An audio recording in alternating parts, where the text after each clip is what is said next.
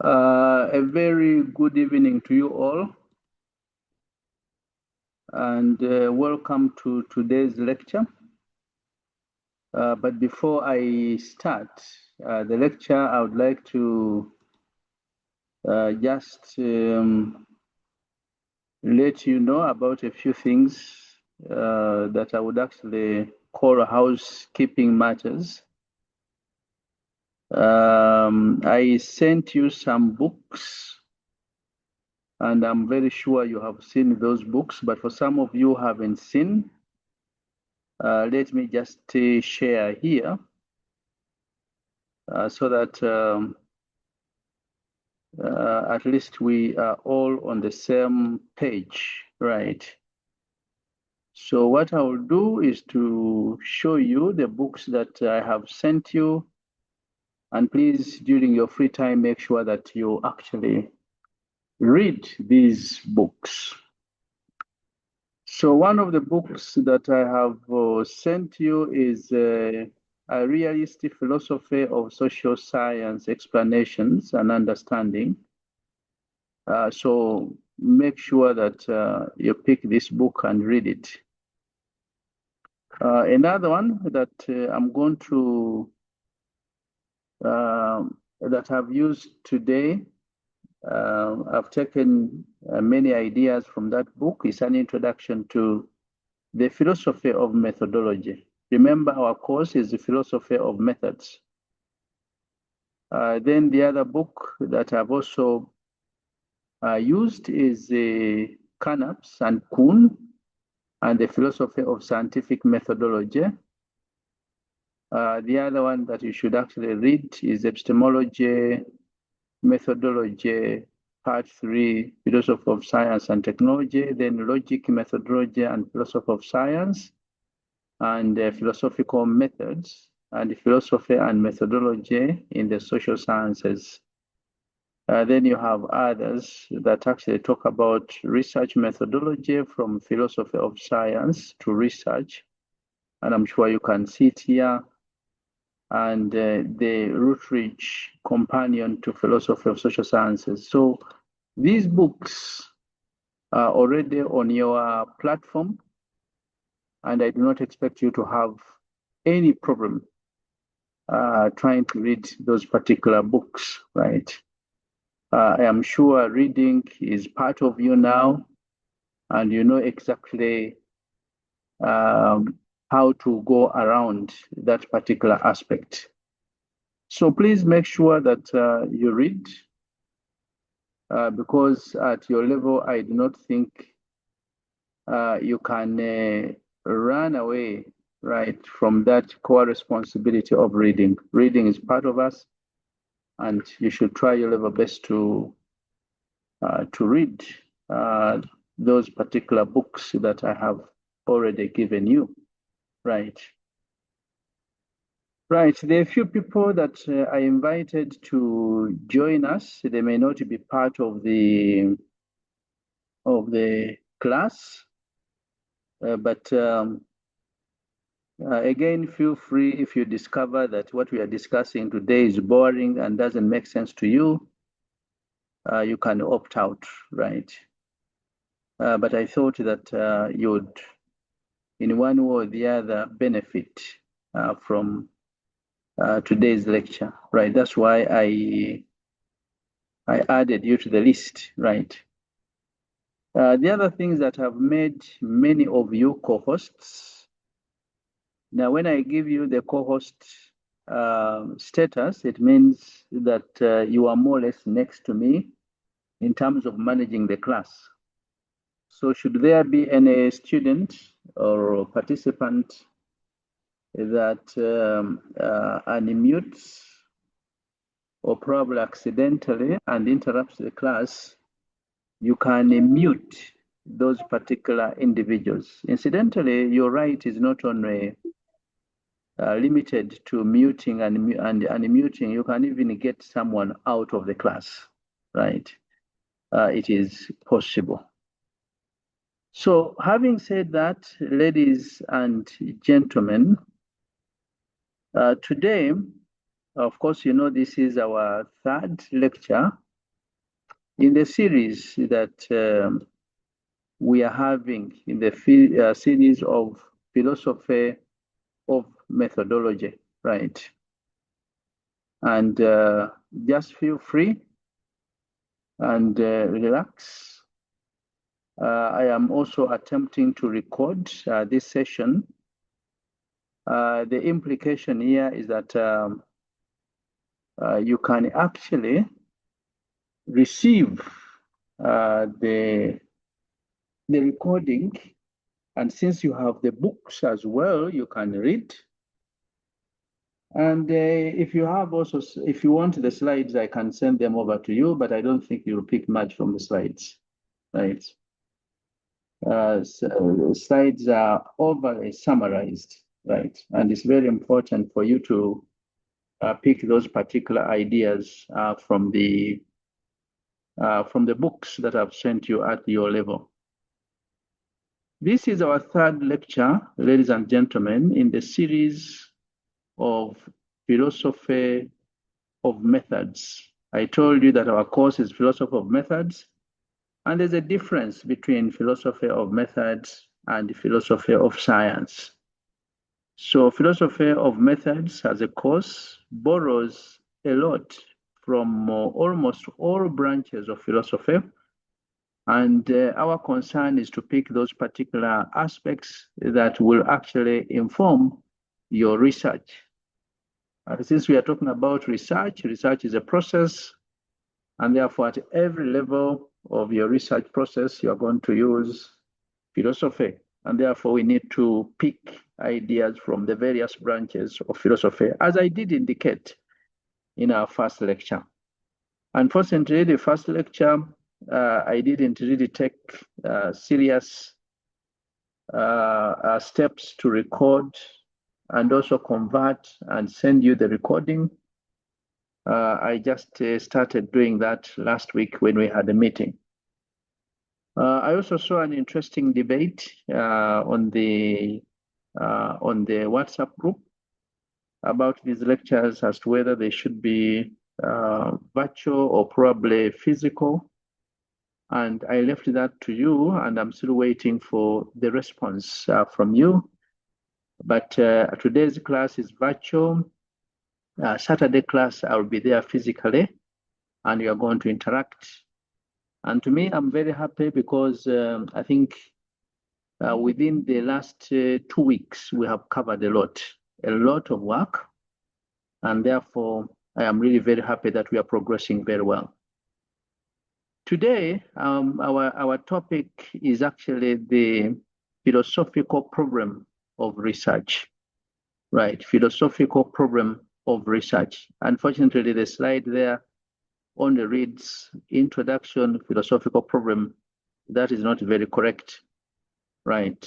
Our topic today is the philosophical problem of research, right? And of course, I want to begin by giving you the basics, right, of that. Always there is a general thinking when we are undertaking research, right? And that kind of thinking is that the researcher is neutral, right, in whatever he's doing. And I think that is where we usually pick from, right? And it's important for us to recognize that particular element. And that's why I want to begin with the reframing the foundations of research practice, right? Because if we reframe the foundations of research practice, then we understand exactly where we stand and how we are supposed to traverse this very important journey of research. As I've already told you, contemporary research practice, particularly within the social sciences, is usually and frequently, by the way, undertaken under an implicit assumption of technical neutrality.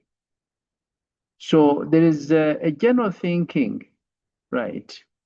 And especially this thinking comes from the researchers And that's why researchers actually often proceed directly to the selection of methods, right, that they are going to use in research.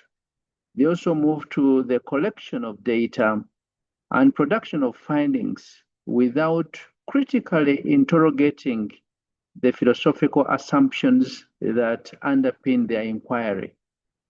And many of the students who are undertaking their doctoral degrees, they usually think that this element of philosophy is something that you think about, right, at more or less the tail end of your research, so that you plug in that particular element under methodology, right? And I want to say that this assumption of neutrality is fundamentally problematic. And if you bothered to read the book that I sent you, the one that I've just shown you there, which is written by Howell in the year 2013, that scholar argues that the key concepts that structure research, and of course, when we talk about the key concepts that structure research, we are talking about reality, we are talking about truth, right? And we are talking about knowledge, and we are talking about methodology, we are talking about theory, and we are talking about methods, right? So these key concepts that attempt to structure whatever we do, right, probably not self-evident, and they're not even universally agreed upon, right? And that's why when you come up with your research, you'll be critiqued by people having different minds and perspectives. And you need to really think about those particular perspectives. Right. So the issue of neutrality, right, as we have already indicated, may not really exist. So research is not neutral, it is philosophically grounded, although many of us never think about that element of philosophical grounding. So philosophical grounding is very, very, very important because in research, we are interested in understanding reality, right? In research, we are interested in obtaining the truth, right? And constructing knowledge, right? And that knowledge can be packaged in a certain body, right, that you call a theory. And then, of course, there are those issues of methodology and methods that must be followed. So research as we know it is philosophically grounded constructs that remain deeply contested across intellectual traditions. And therefore, if someone critiques and dismisses your work, never get angry. As I was telling you last week, get a little bit composed, right? And get back to your drawing table and start afresh, right?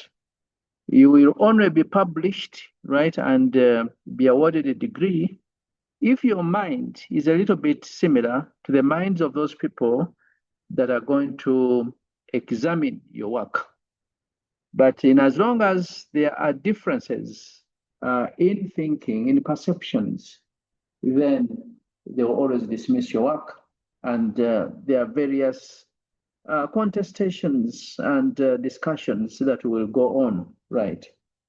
So as you can see, the failure to engage with these foundational concepts that you see on the screen there generates what can easily be described as a hidden crisis in research practice.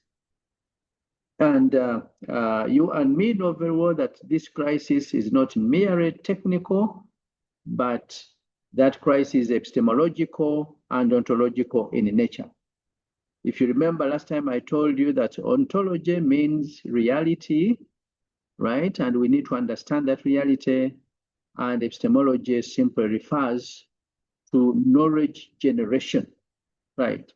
So the crisis that we are talking about here may not be technical as you think, but it is ontological in nature and it is epistemological in nature, the way we construct knowledge and the way we understand reality. And that's why most of the questions that will be asked to you will be in the methodology section, where we bring out epistemological positions and ontological positions.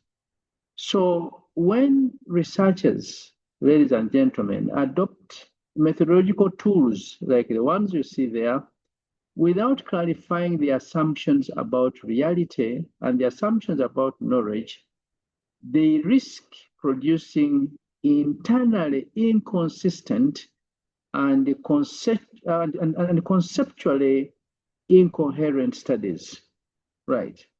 So it's always important for you to give us your assumptions about reality. And if I read your introduction chapter very well, I'll be able to see this, and you don't have to mention anything. You don't even have to use the word philosophy, and you may not even use the word ontology or epistemology. But as I read, I'll be able to know your assumption about reality and your assumptions about knowledge, right?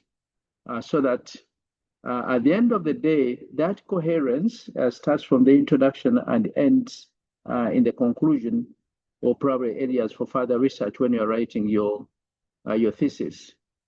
So these are very important. I can't give you an example, right? If you have a study that claims to be objective, right? And for you are saying, you see, I took the positivistic perspective, right? And I am talking about objective reality out there. So if your study claims to be objective, while at the same time it is relying on what I call interpretive data, or in one way or the other, you assert value neutrality, while at the same time you are implicitly advocating normative positions, then we discover that there are some inconsistencies, right, in what you are saying. And such inconsistencies, ladies and gentlemen, undermine the intellectual integrity of research and also attempts to weaken its explanatory power. So as you can see, right, at the center of this philosophical problem that I'm talking about lies what I call a deceptively simple but profoundly consequential question. And that question, I can actually pose it to you so that you start thinking about it. That is, what do we believe about reality and knowledge before we begin research? A few minutes ago, I was talking to one of the students here that logged in earlier than most of you, and he was telling me that, you see, there's a lot of work, and I've been working on my paper on the concept note, and now I had to use EndNotes or probably other softwares that you have that will help you get those particular references right, and also organize your work so that you give it to your supervisor. The assumption here is that whatever you're going to give to your supervisor will swallow, right, and take it the way it is. Right, but the issue of what we believe about reality must come out in the introduction, and what we believe about knowledge must also come out before we begin our research. And of course, that is the question of ontology. So this question, ladies and gentlemen, that I am posing to you is foundational, because it silently determines the trajectory of the research process. It actually shapes how problems are defined. It also defines how data are collected. It defines how evidence is interpreted, and ultimately how conclusions are drawn. So in this perspective, as you can see, when we are dealing with that fundamental philosophical problem, philosophy is not external to research, and therefore do not think about it as a last resort, because your supervisor has said that the methodology section begins with your philosophical foundations. So philosophy in this case is constitutive of your entire research. So the methodological choices which you are going to make, right, as a researcher in this case, are always already embedded within a broader philosophical framework. And of course, that is irrespective of whether you explicitly acknowledge that aspect or you do not acknowledge it at all. So we must understand reality. So what I'm going to do is to try and illustrate this point before I go to another slide. So since most of the work that I've been doing are in the area of procurement, right, that is really public policy, right, I just want you to think along with me, if I could take you on a journey, to start thinking about some of the things that we see in the newspapers, right, on almost a daily basis, right. So just consider a research on corruption in public procurement in Uganda, right. Now, if corruption, ladies and gentlemen, is treated as an objective phenomenon, then that element of corruption is defined in terms of measurable deviations from formal procedures or probably identifiable procedures, right, that they are there. And when you go through the PPDA audit reports, right, you will be able to identify these measurable deviations from formal procedures within the PPDA audit reports and the financial discrepancies that may actually exist within these particular organizations or PDE or PDEs, right? But I want you to think with me here that if corruption is understood, right, using another lens, not this one here of objective, objective identifiable measurable deviations from procedures.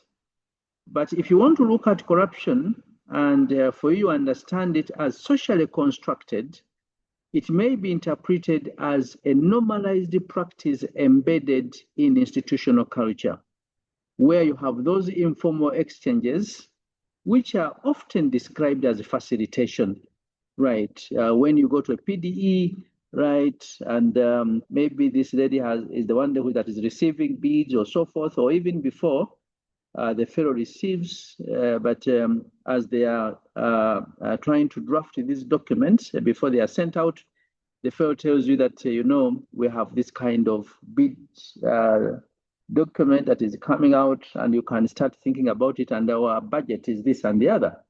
So in this case, these aspects of corruption, they will be interpreted as socially constructed because they are actually interpreted as normalized practices within these PDEs embedded in institutional culture. And of course, these informal exchanges that I'm talking about, right, will be thought of in terms of facilitation, right? And these then are perceived as necessary for system functionality. So as you can see, the same empirical phenomenon that we are talking about here, which is corruption, produces radically different interpretations, all right, depending on the underlying philosophical stance.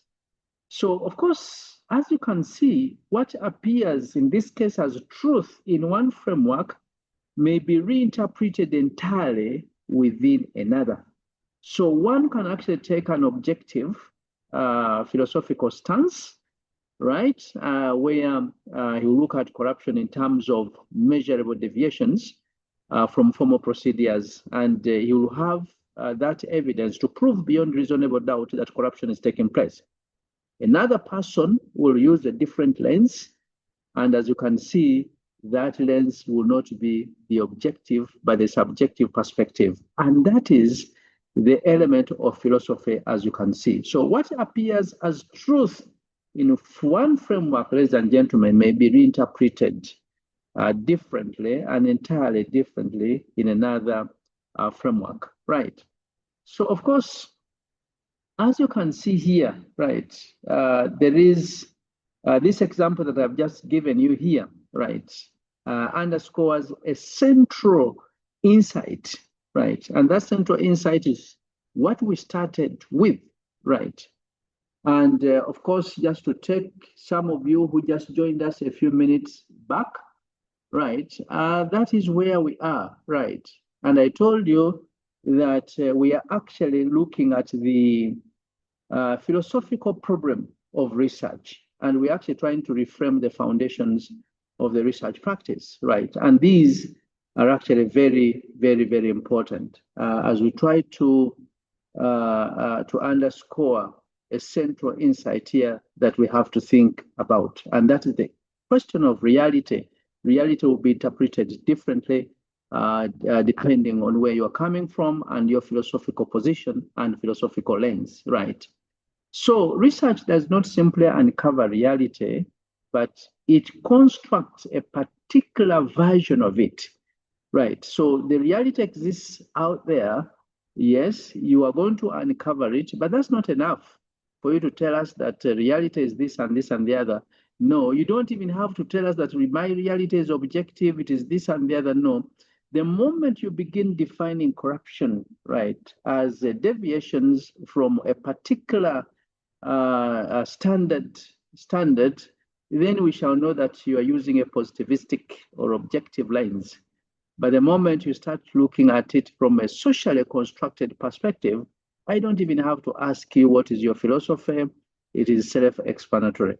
So the researcher in this case is not a passive observer, right? Because that researcher uncovers reality and constructs a particular version of it. And that is very important.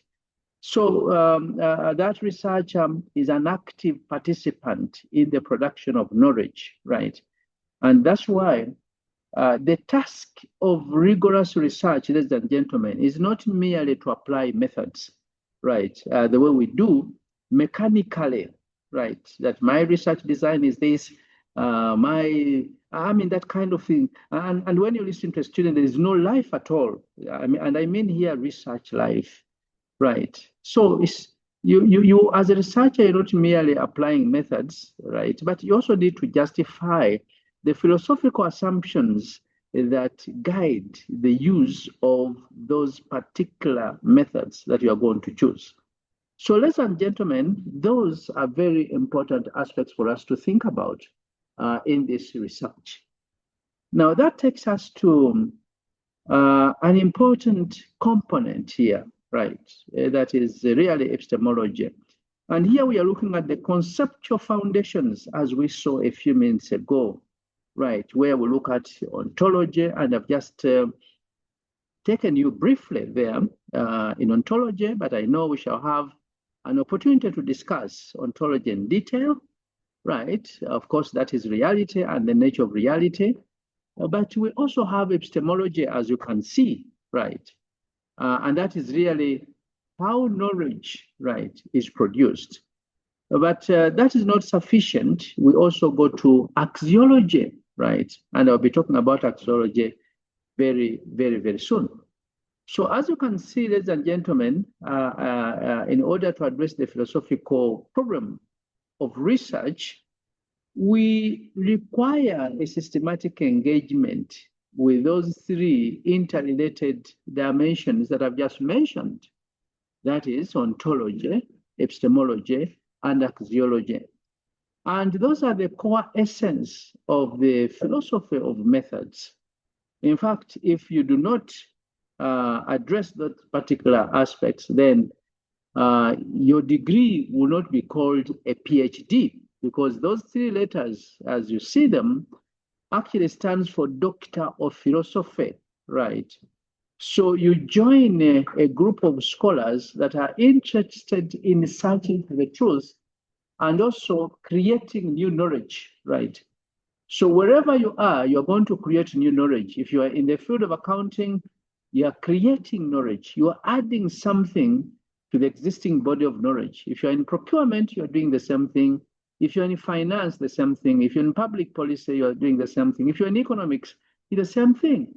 You are creating knowledge, and that knowledge will actually be consumed by another group of individuals altogether. Our job is very simple. Theories have been developed over time, right? But these theories need to be challenged, right? And when they are challenged, we develop new theories. And that is your responsibility as scholars. We are not net consumers of knowledge. As I said last week, you critique, don't take things for granted. Any piece of information that you come across, please critique, don't take things for granted. I know some of you will tell me that you are very religious people, right? And that is a very good thing to say, that you are very religious, because you are told in your religions never to question, right, anything that is mentioned in religion. And that's why you say, by faith I believe, right? By faith I do this, by faith I do the other. So that is by faith. Now, as scholars, we do not believe these things by faith, because some of the processes cannot be replicated. I mean, let me just give you a very simple example. Right, some of you who are very familiar with the Bible, they will tell you that Moses, right, met God in the burning bush, right? And then God spoke to Moses and said, Moses and Moses, right? And then, of course, he said, here I am. And he told him that, you are standing on holy ground, right? And then, of course, he saw a bush that was burning, and there was nothing that was being consumed, right? So by faith, we believe that. Now, in science, we do not believe that. In science, you must have, for example, a philosophical position. You must have the ontological, epistemological, axiological, methodological, and methods, so that when another scholar comes up, he's able to follow the same steps and arrive at more or less similar findings, is able to verify what you've done. And I do not want you to confuse these two, right? I know that one of the central philosophical questions that has been around for decades and decades is about the existence of God, right? That has been debated, and there are philosophical positions, right? And that is not my job today, and I'm not taking that route. But if you're a theologian and you have gone through a theological school, you understand exactly what I'm talking about, right? Because those are philosophical questions that require philosophical answers. Now, the subject, as I said, for today was actually on the philosophical problem, right? The philosophical problem of research, right? And that's why we are reframing the foundations of the research practice, ladies and gentlemen, right? And within that, then we start looking at those dimensions, the dimensions of ontology, epistemology, right, axiology, plus a number of other things, right?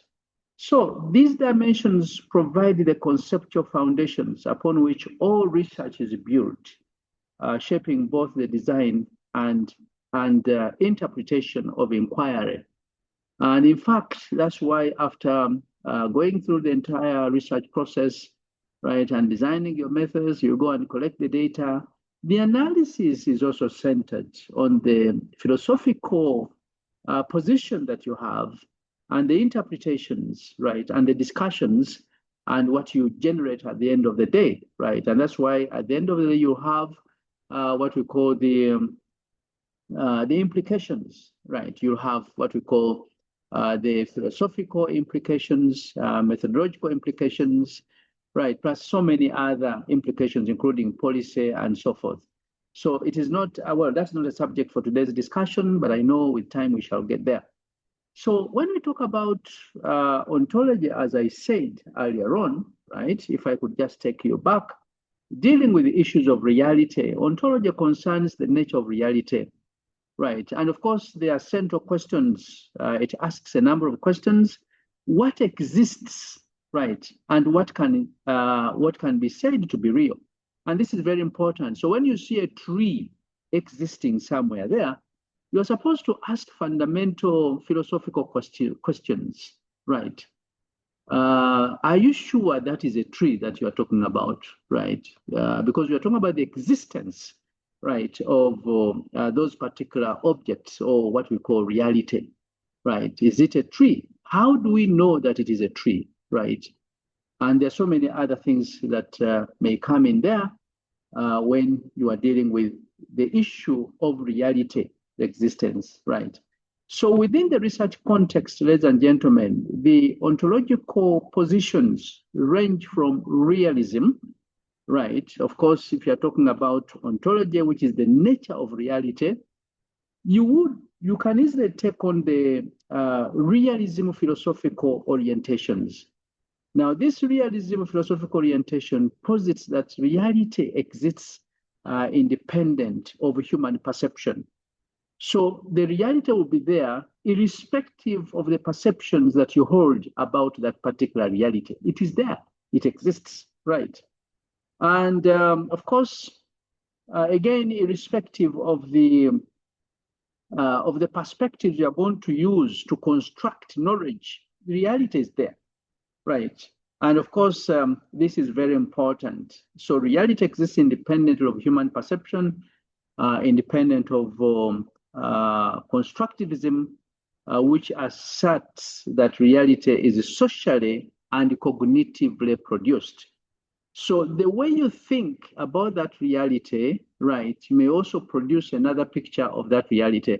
In fact, one of the theories that we shall be looking at, again, which has a bearing on philosophy, is the personal construct, right?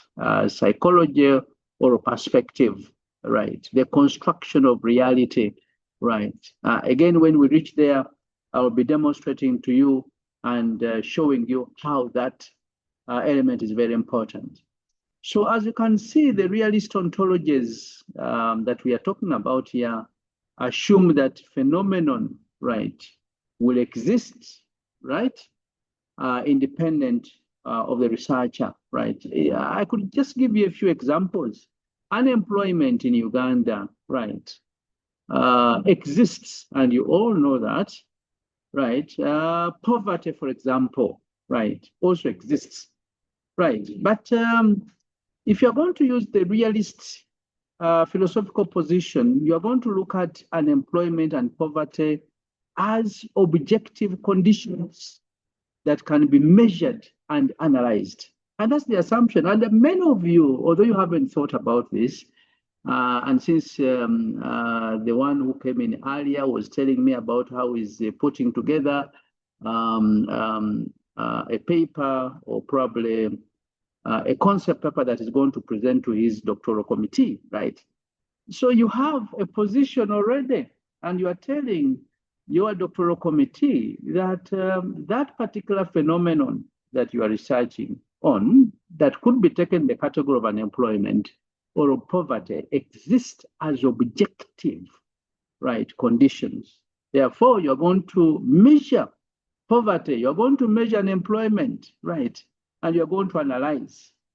But if another person takes a constructivist ontology, right, the constructivist, right, will emphasize that such a phenomenon, whether you're talking about unemployment, poverty, or the one that you are researching on, are experienced differently by different groups.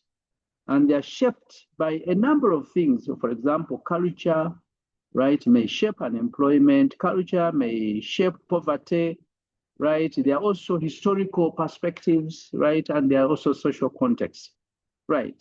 And these are very important things for us to think about. I'm just take an example of a Muhima gentleman in Western Uganda who has thousands and thousands of cows, right? And the fellow goes behind his cows every day, right? And he starts grazing them, right? Now, if you find the fellow not having a permanent house, and the fellow is not putting on shoes, and the fellow is not having A, B, C, and D, right? And you use also the World Bank indicators that those fellows are poor, right? Because the fellow feeds on less than $2 a day and something. You are missing it, right? Because the fellow has a cow, right? And that cow, I can assure you, now is about 5 millions, right? Uganda shillings. So if you multiply 5 millions and 1,000 heads of cattle that the fellow has, that fellow is far better than you, right? The fellow is very rich, right? So you cannot, but because you've seen the fellow moving the whole day, the fellow does not even have lunch, right? When he's tired and he wants to eat, the fellow takes a cup of milk and then moves around and then he eats in the evening, right? And he goes and sleeps in his hut somewhere, grass thatched hut. You begin now imagining that the fellow is very poor. So I think these are very important things for us to think about, and that's why philosophy is very important to make us understand these aspects. Let me give you another example: youth unemployment in Uganda, right?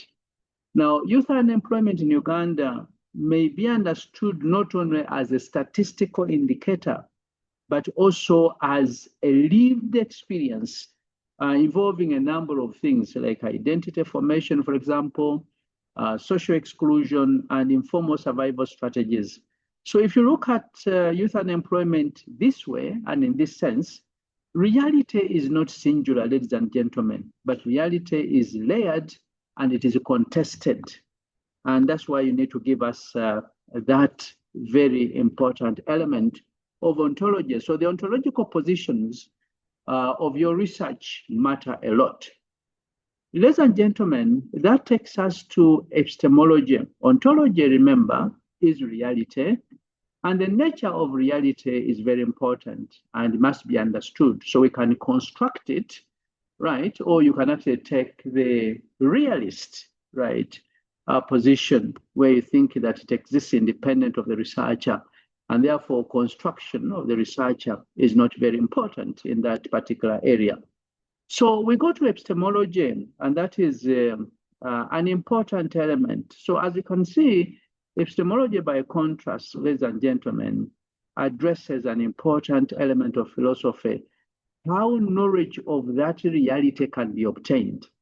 Remember, under ontology, we are talking about reality, right? How does reality exist out there? And therefore, you need to construct it, right? And you need to extract it out there. Now, after constructing that reality, then you must move to the second level of generating knowledge, right, about that reality. Remember, I did indicate and stress at the beginning of this lecture, and also for the last 2 lectures we've had, that as PhD, you are doing a Doctor of Philosophy, and in so doing, right, it's very important for you to know that philosophy plays a central role and theme in your research, and it must permeate throughout the entire write-up of your PhD, right, from the introduction to the conclusions that you make, right, in your PhD work. So that epistemological position addresses how knowledge of reality can be obtained. So how do you obtain knowledge? In other words, epistemology interrogates the relationship between the knower and the known, right? The knower now is the researcher, right? And the known, or what we know. Of course, this will raise questions about the possibility of objectivity and the role of interpretation. So how objective can we be as researchers? So these are very important components that we must consider, right, in research. So if you take a positivistic paradigm or perspective or philosophical orientation, right, you discover that the positivist epistemologies maintain that knowledge is discovered through observation and measurement. In other words, you are very, very objective, you are positivistic, right? And you're using a particular theoretical position to explain what is happening out there. So in other words, you believe that knowledge is going to be discovered through observation or through measurement. And therefore, the researcher in this case, will remain detached from the phenomenon under study. And that's why we take you through that rigorous process, right, of designing tools, right, to pick data. And we try our level best to reduce bias in the entire research process. And when I talk about bias, then I'm very mindful about things like the common method bias, right? And there's so many, these are about 10 aspects that you have to look at. Then we go into the issues of validity and reliability, right, at the end of the day. Right, now, of course, these are very important because at the end of the day, we want to pick data, we need to understand reality, and we want to construct knowledge. So as you can see, that is what a positivist will do. But if you take the interpretive, right, and the constructivist epistemologies, ladies and gentlemen, these two perspectives will challenge the positivistic view. And of course, when it challenges the positivistic view, it will argue that knowledge is produced through interaction between the researcher and the participants. And of course, as you can see in this case, knowledge then that is going to be produced, right, will be inherently contextual and subjective in nature, right? And we can take a very simple example here in Uganda, right? If I take the other example that I did give you, which is about unemployment, right? You may understand unemployment through labor statistics, right? And if you look at labor statistics, the labor statistics will provide one form of knowledge, right? But when you engage with the young people's narratives, right, these young people's narratives will reveal a different, equally valid dimension of reality, right? Because these young people will give you their lived experiences, right? Which could be part of the histories or part of the cultural setups or even the context where the youth are residing. So these epistemological differences, ladies and gentlemen, are not merely methodological preferences, no. And that's why you need to be very, very, very careful not to over-concentrate on methodologies without having a clear philosophical position. So these examples that I've just given you, they actually reflect fundamentally different assumptions about what constitutes knowledge and what constitutes reality out there, ladies and gentlemen. Ladies and gentlemen, allow me to move to the third component. And then after the third component, again, I'll give you an example. And I'll pause before I move to the second element. And the pausing will be meant for you to give feedback. And if there's anything that you do not understand, please feel free that you ask questions. If you feel that you have additional information that you need to add, please feel free to add that information. We are all searching for knowledge, right? And I cannot say that I'm better than you, right? There are many things that you know that I do not know, and probably vice versa. So we all learn from each other, right? One of the major and central philosophical issues that you'll be meeting is axiology, right? And axiology here introduces a third and often neglected dimension of philosophy. And this element of axiology actually refers to the role of values in research, right?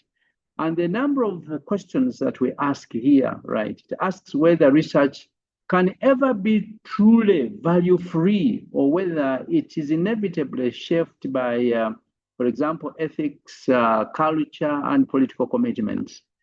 And by the way, right now, of course, in Uganda, we're not taking this element of axiology very seriously. But right now, again, I must bring this to your attention, that your research has to be cleared by the ethical committees. That is the Research and Ethics Committee or institutional review boards. Right. So the Uganda National Council for Science and Technology is actually mandated to regulate research in Uganda. Right. And I know that we shall reach this point and we shall be discussing these things in detail. But this is a philosophical position, right? The issue of ethics, the issues of culture, and of course, so many other commitments. Now, of course, as you can see, people who take the positivistic philosophical orientation, or even the tradition that I'm talking about here, they tend to emphasize what we call value neutrality, and that was our first slide, if you recall, right?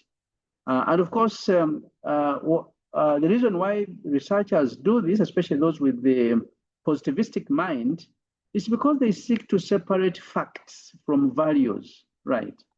But I'll tell you that critical and interpretive traditions, they actually argue that such separation is neither possible nor desirable.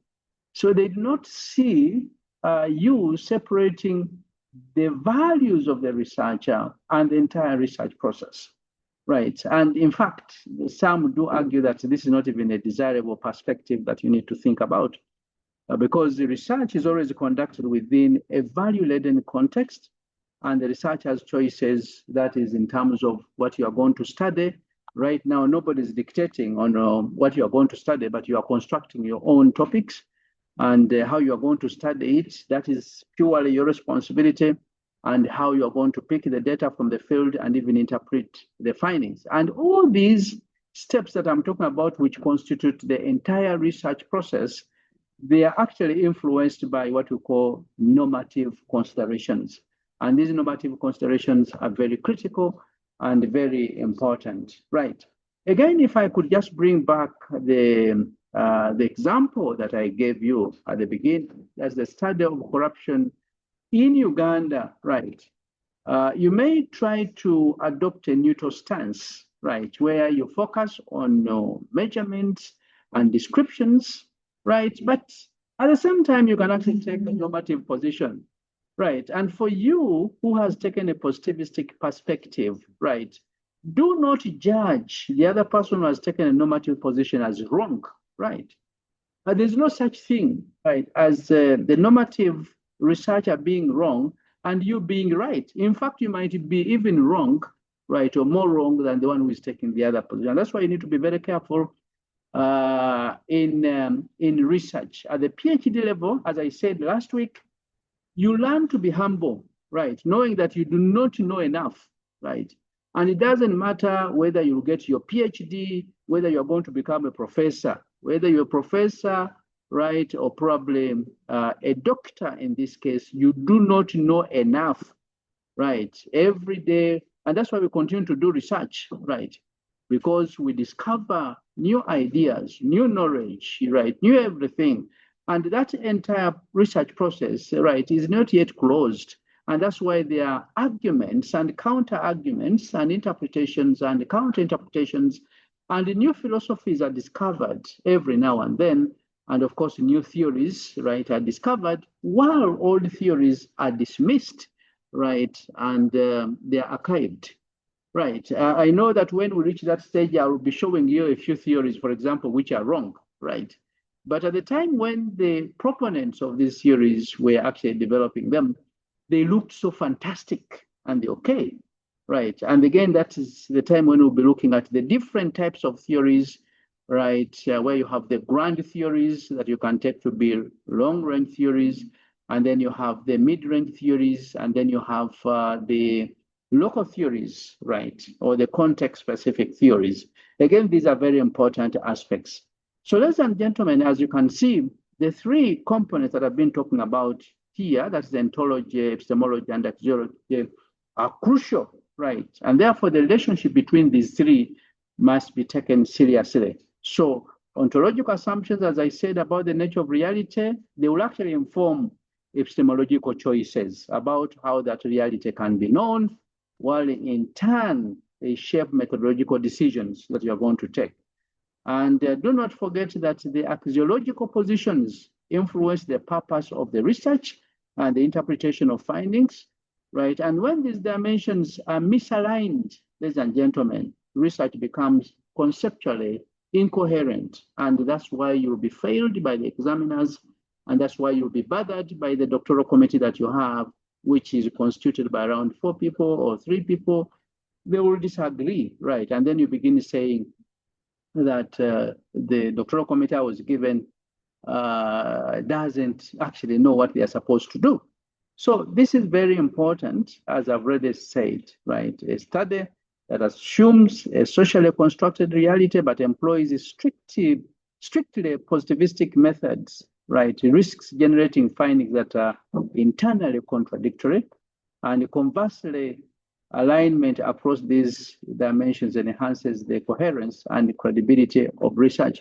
And if you read that book that I gave you about philosophy of methodology, right, by Howell, 2013, you'll find that information there.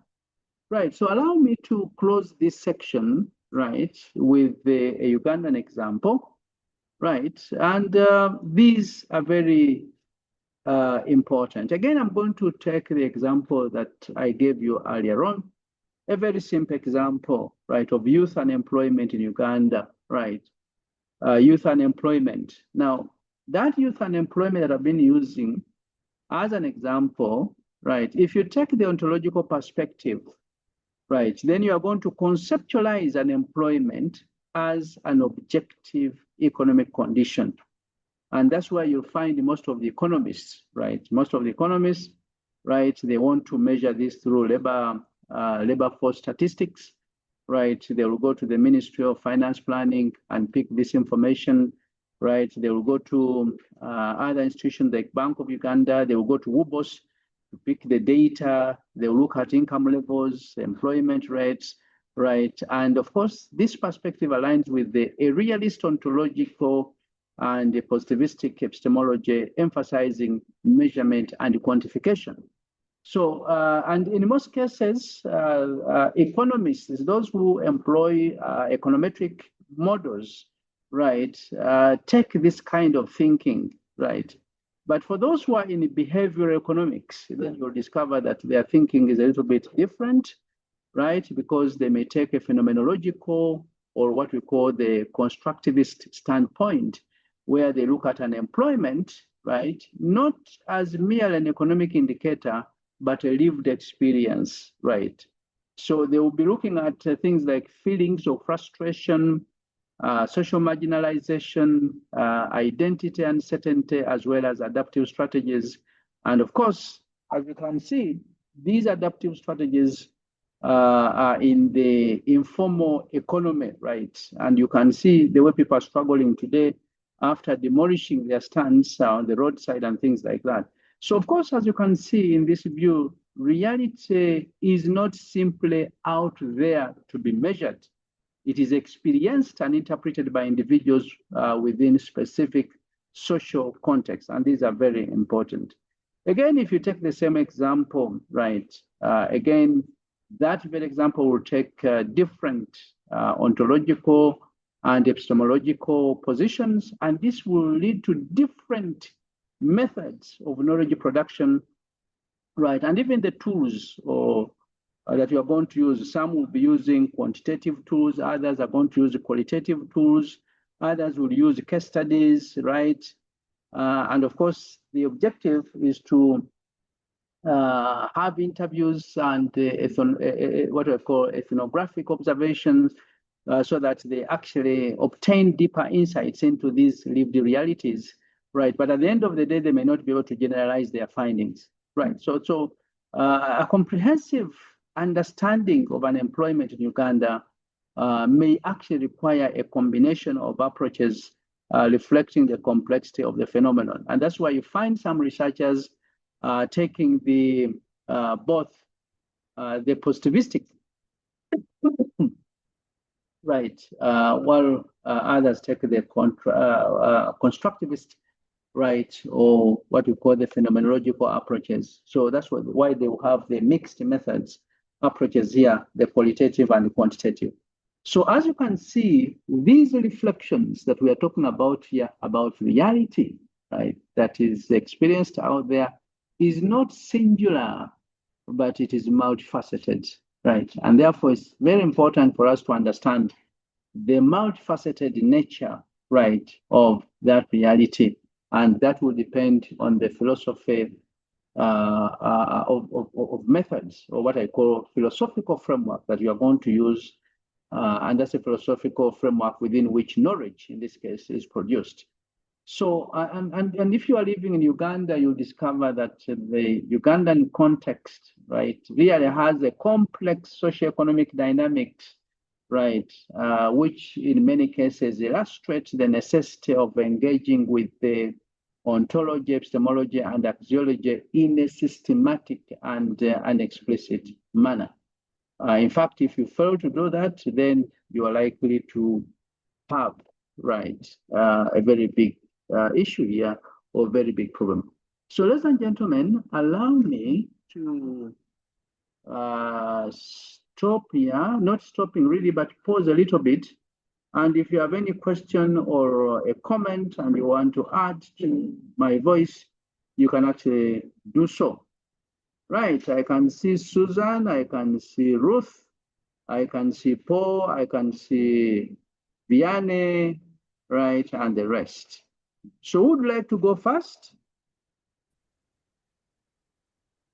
Please unmute and speak. Unmute and speak.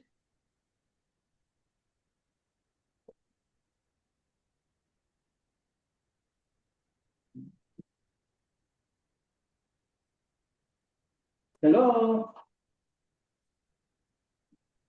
Hello? Are you there? You're very quiet. Prof, we are there, but unfortunately some of us are in noisy places. We don't want to disturb the class. Yeah, we're just having problems here with electricity as well. Sorry, You have problems Continue. there? Yes, What are the problems? there is no power here, so the power goes off and on. But Hey, continue. where exactly are you staying? Those are the realities. I'm in Boate. Yeah, I'm in Boate. Power goes off and on. Hey, on and off, okay, but not for all the 24 people or 23 people. Of course not. But this is my defense anyway. That's for me. Oh, Thank you. fantastic. I like that. Right. Tombe, George? Yes. Yes, sir. George Tombe, go on, please. You can speak. The floor is yours, sir. I did not hear the question because I was having power, but I heard that you were saying something about why isn't someone responding? So I responded by saying, I thought the question was why were you not responding? No, I didn't even ask a question. I want you to, I want your reaction to what I've already said. There are so many things I've said, right? Yeah. About So ontology, epistemology, methodology, and the central philosophical problem. For me, I've just got a comment. Fantastic. Bernard Ongodia. Yes. Okay. Thank you, sir. Yes, sir. Yeah. I would like to appreciate your method, by the way. You have done very well by guiding us from the very beginning. And no one has done that except with my supervisor, but I will not expose his name. So my comment is just thank you so much. Continue what you're doing. This is my contribution. Thank you. Mr. Kurut. Sorry? Mr. Kurut, please go on.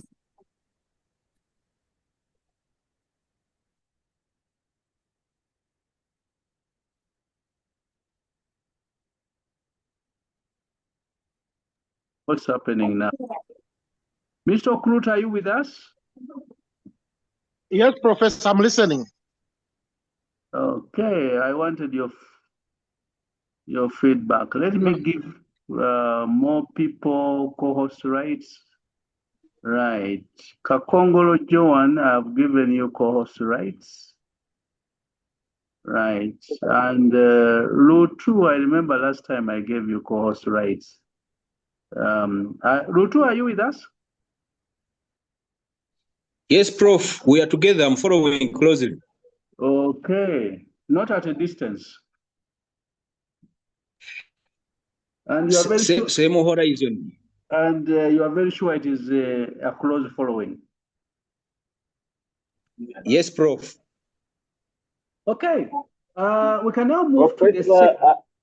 Yes, please. I'm also following, but I think I sent you a WhatsApp message earlier. I'm on and off. Yes. I have an event coming soon, so I'm trying to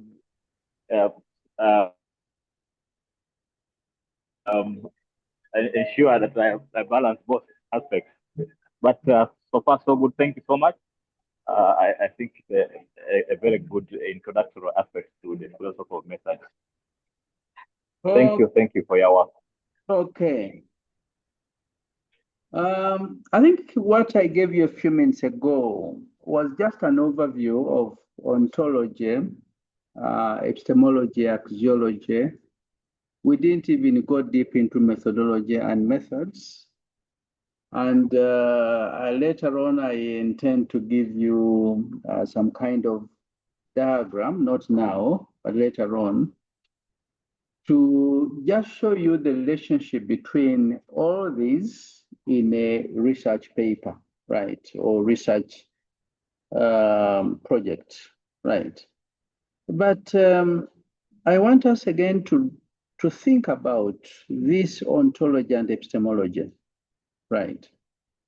And as we've just heard a few minutes ago, there's a general thinking that reality exists, right, independent of the researcher, right? So I want us to think about this question: does the reality exist independently, right? Is it something that we can easily take because philosophers have been talking about it, and that is what they have brought forward, right? Is it true, right? So as you can see, ladies and gentlemen, again, at the core of research philosophy, right, lies a fundamental, I call it fundamental, and enduring tension between what I call realism and idealism. So the issue of realism and idealism, right, brings this tension: does reality exist independently, right? And that's what we usually call the ontological divide, right? Ontological divide lies within this fundamental and enduring tension of realism and idealism. Right, and again, we shall be discussing these two. And in fact, from the slides here, these are the two aspects that we are going to look at: the ontological divide, realism, the ontological divide, idealism. So it is the ontological divide between idealism and realism, or realism and idealism, right? And this is very, very, very important, right? So these two, as you can see them, realism and idealism, actually bring this element of excuse me, the ontological tension, right? And this tension that I'm talking about, excuse me, is not abstract, as many people think. Right, it's not abstract.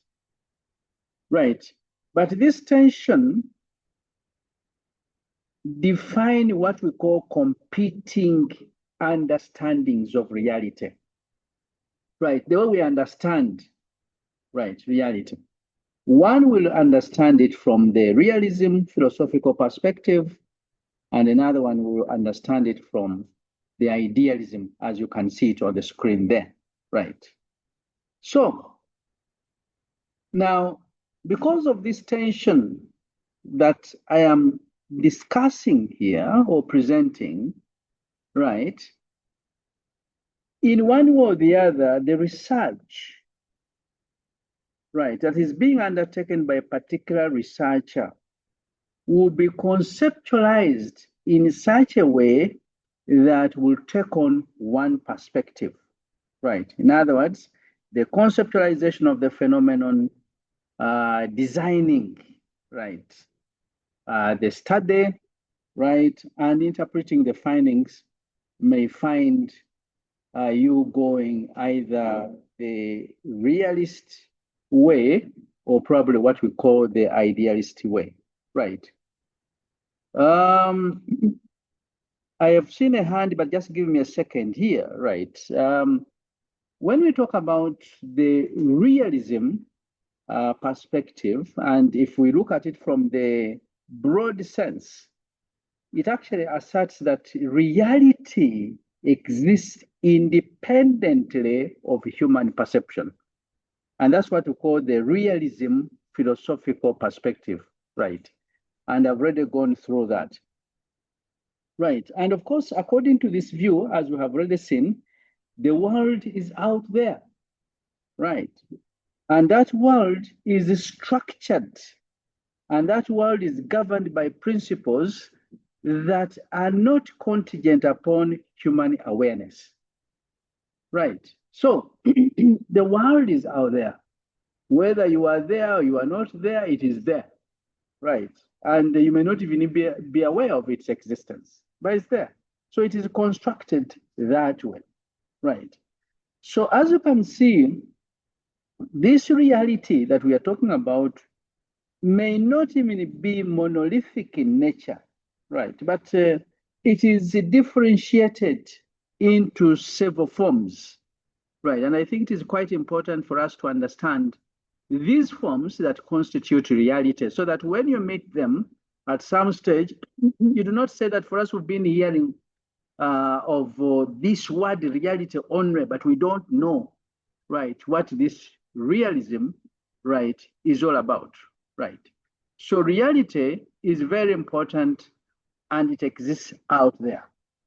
Right, now, of course, there are many forms of realism. And the first form is what we call naive realism, right? And of course, naive realism assumes that reality can be directly observed and understood as it truly is, right? So you have an individual who will go there and say, let me go and observe this reality, right? And he will be there and he will try to observe, and then he comes up with his or her own construction of that particular reality. That is naive realism, right? Now, of course, this position, as you can see, it closely aligns with the early positivistic traditions, right? Where the researcher is viewed as neutral. So the researcher is a neutral observer and is capable of accurately capturing reality through measurements, right? And I've been giving an example of youth unemployment. So you go out and you are able to identify and observe the particular phenomenon the way it exists out there, right? And that means that you'll be able to pick statistics from WUBOS or probably from the Ministry of Finance or from any other institution, and then you start, right, creating knowledge out of that. That is what we call naive realism, right? But there's another form, right, that we call critical realism, and I think for some of you who have bothered to read your colleagues' books, right, or dissertations, students have been writing and saying, well, me, I'm using or I'm taking the critical, right, realism philosophical orientation. right? That means they're actually picking their inspiration, right, from what we call realism, right? But of course, taking the critical realism perspective. Of course, we shall be seeing the researchers that and the philosophers, other philosophers who have constructed knowledge in this area, like Basker, and I'll be giving you the books, again, a number of them, for you to read and understand that critical realist philosophical orientation. And we shall have an opportunity again to go through it and then see the kind of methods that you can actually use under the critical realism philosophical orientation. So, of course, this, as you can see, acknowledges the existence of an objective reality, but it recognizes that it is only partially accessible to human understanding. So reality exists, we can observe it, we can construct it, but we may not be able to extract, right, that philosophical orientation in its entirety. So we only pick a portion of it. So that's why in this case, right, reality is structured by underlying mechanisms, and these could be social, they could be economic, they could be institutional, right? And unfortunately, if we take the economic, the institutional, the social, we may not be able to observe, right, that element, right, of reality, right? So this is very important. Again, taking the example that I've been giving you of poverty in Uganda, yes, you cannot easily reduce poverty to income levels in this country. There are those people who earn some good salaries, but they are very poor, by the way, right? And there are those that are not earning, and you may think that they are very poor when they are well off, right? Because of the decisions they have undertaken and the life that they have actually decided to live. So in other words, that's why you either have to take the critical realist philosophical orientation, or probably you may take on the pragmatic philosophical orientation, as we shall be seeing. I did not want to introduce pragmatism now, right? But that is another aspect that we shall be looking at. We are now looking at reality, and we need to understand reality. So that is very important when you are looking at realist philosophical orientation or realism. Now, of course, on the other hand, as we saw earlier on, and as you can see from the slide there, we have idealism, right? That is the other side of the divide, idealism. Now, idealism, as you can see, it actually challenges, right, the assumption of an independently accessible reality. So you cannot say that the reality exists independent of the researcher, right?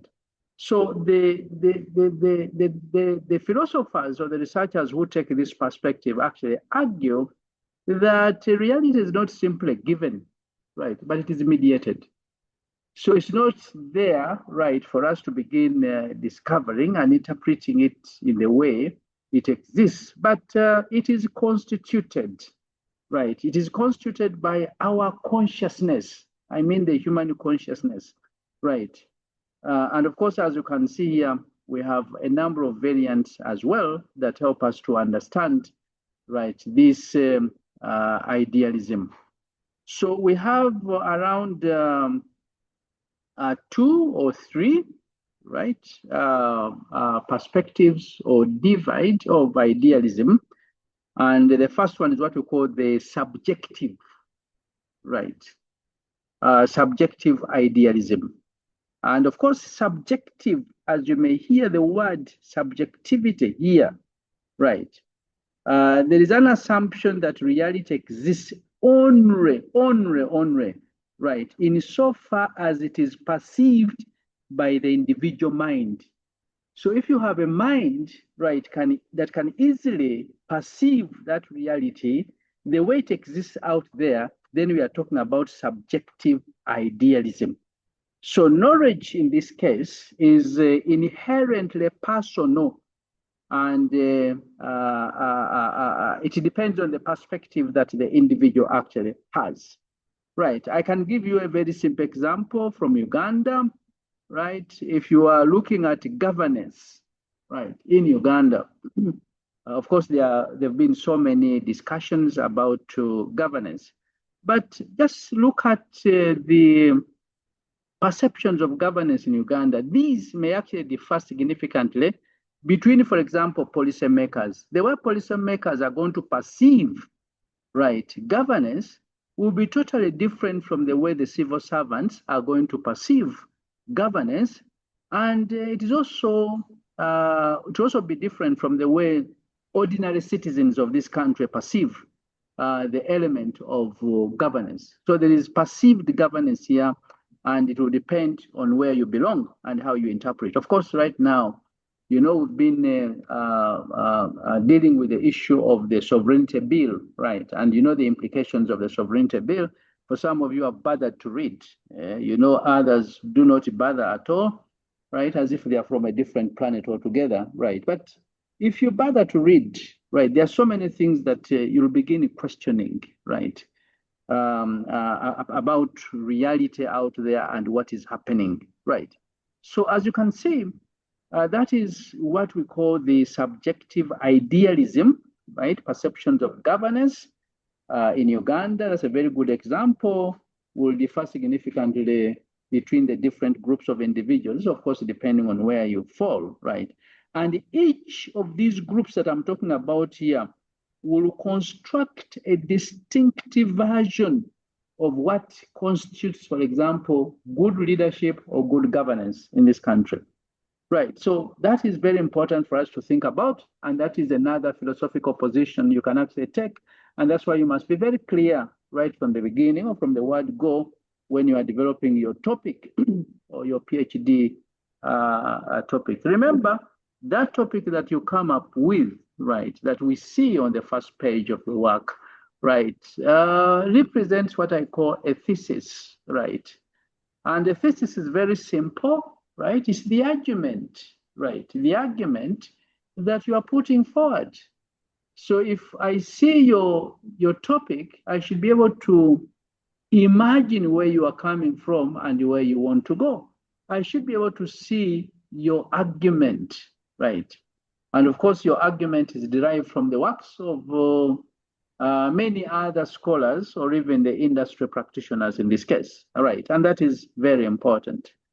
Now, of course, the other philosophical position that you need to think about is the transcendental, right, idealism. And I believe that some of you have had an opportunity to go into this area of transcendence, right? And you have read sufficient literature in that area. Now, this one comes from one of the early philosophers that we call Immanuel Kant. And for some of you have read the Kantian Ethic of Duty, you understand exactly what we are talking about, right? Now, of course, this one will give you another position and understanding. Now, if we come from Immanuel Kant, that you all know very well, right? Kant does not deny the existence of an external reality. In fact, he acknowledges that reality exists and it could be external, right? But he argues that human beings can never access it directly. That reality cannot easily be accessed by a human being. Instead, you encounter what you call phenomenon. And a phenomenon in this case is a representation that is shaped by your sensory input and cognitive structures. And this is very important. And that's what he calls the thing in itself, or what he calls the noumenon, right? And this remains beyond direct human comprehension, right? So this is very important, and that's why for you who have decided to do research in your area, they will be asking you, yes, how does the phenomenon exist out there, right? How did you extract it, right? How did you, what kind of philosophical orientation, right, are you taking to explain this kind of thing, right? That kind of thing, right? So Immanuel Kant believes very well that that external reality exists, right? But of course, there's another argument that he posits, and of course, that is really in the sense that the human being, right, or an individual will never be able to access it directly, right? But from time to time, you'll be encountering, right, what we call phenomenon, right? And these are simply representations, right, which are shaped by your understanding or your interpretations of that particular reality. Now, of course, the third element here that is really emerging in contemporary research, right, is that element of constructivist, right, constructivist ontology, or what we call the constructivist or relativist ontology, right. That is the one that brings in the social construction of reality, right. Individuals, right, hold certain beliefs, values, assumptions about certain things, and the interpretation of that reality will depend on the values and assumptions that these individuals hold, right, about that particular reality, ladies and gentlemen. Right, so that takes us to the second component after the realism and the idealism ontological divide. We now go to knowledge, right? And of course, that is important because knowledge here can be looked at in terms of a posteriori and a priori, right? And as you can see from a posteriori, you are looking at knowledge from experience. And a priori, as you can see on the other side, is knowledge from reasoning, right? So you can extract knowledge, right, or understand reality from, right, your reasoning, but it can also be from that experience that you have, right? Now, these are closely linked to ontology, right? So these aspects of how knowledge is formed, right, is actually a concern that is addressed through the distinction between these two constructs as you see them, a posteriori and a priori, right, knowledge. And the distinction here is rooted in classical philosophy. As I said earlier on, in the philosophy of methods, we actually pick from the various fields of philosophy, right, and pick relevant constructs that will constitute the ontological assumptions of your work, the epistemological assumptions of your work, the methodological positions that you will be able to pick on, the methods, right, and so forth, up to the time when we get to the end of the entire research process. Now, these remain central, right, to contemporary research methodology, and they must be interrogated, right? And we need to understand these aspects very well. Right, so as I've already indicated, a posteriori, and as you can see from the slide there, right, refers to knowledge derived from experience. It is empirical, right? It is grounded in observation, right? It is grounded in measurement and, of course, sensory data that we pick from the field. And in research practice, ladies and gentlemen, this form of knowledge is associated with the quantitative methods, right? So if you take the root of econometrics, right, then you are coming from a posteriori knowledge, right? If you undertake experiments, right, those rigorous statistical estimations, right, the surveys, all those are from a posteriori knowledge, right? So you derive knowledge from experience. You are able to extract that knowledge, right, and construct that particular knowledge, ladies and gentlemen. So again, we have so many examples that we can pick here. If we take one from the education sector, ladies and gentlemen, right, let's imagine that we look at examination results, right, and of course, enrollment rates at the university and the attendance records at the university, right. These are usually indicators of educational quality, right, and these data are treated as objective representations of reality derived from observable phenomenon. So if you pick data from WUBOS, right? And it's panel data, and they're talking about 3 waves or 4 waves and things like that, right? That is that's where you are coming from. You are coming from that a posteriori knowledge, right? And you're going to ground your study in that area, right? Now, but of course, although I'm making the statements I'm making, ladies and gentlemen, that a posteriori knowledge is not as straightforward as it appears, because even the empirical data that we pick and analyze are actually subject to interpretation. So the selection of indicators, if we pick the WUBO statistics, right, panel data within the 3 waves, right, you may find that, for example, some questions that were asked to the first wave, we actually dropped in the second wave, right? Or you find that some new indicators have been added, right, in the second wave or third wave. So the way you are going to construct that knowledge, you construct the data matters a lot, right? And how you are going to interpret, first of all, do the analysis and interpret your results.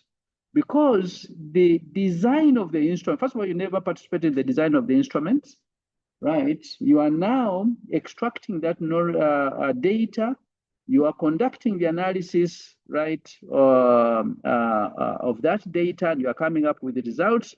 But even your results are all influenced by underlying assumptions, right? So that is why it is important that while a posteriori knowledge is grounded in experience, it is not free from conceptual mediation, right? And it may not be free from your understanding, your perspectives, your reflexivity, right? The experience that you have as a researcher in this case. And this is very important information. So a posteriori knowledge is described that way, ladies and gentlemen. Now, of course, on the other hand, as you can see from our slide here, is a priori, right? That is knowledge from reasoning, right? Knowledge from reasoning, by contrast, ladies and gentlemen, is actually derived from that reasoning that I'm describing here, rather than from experience. So the issue of experience does not come in here. So in other words, it involves what we call concepts, right? Categories, and then we must come up with the frameworks that shape how we interpret empirical data.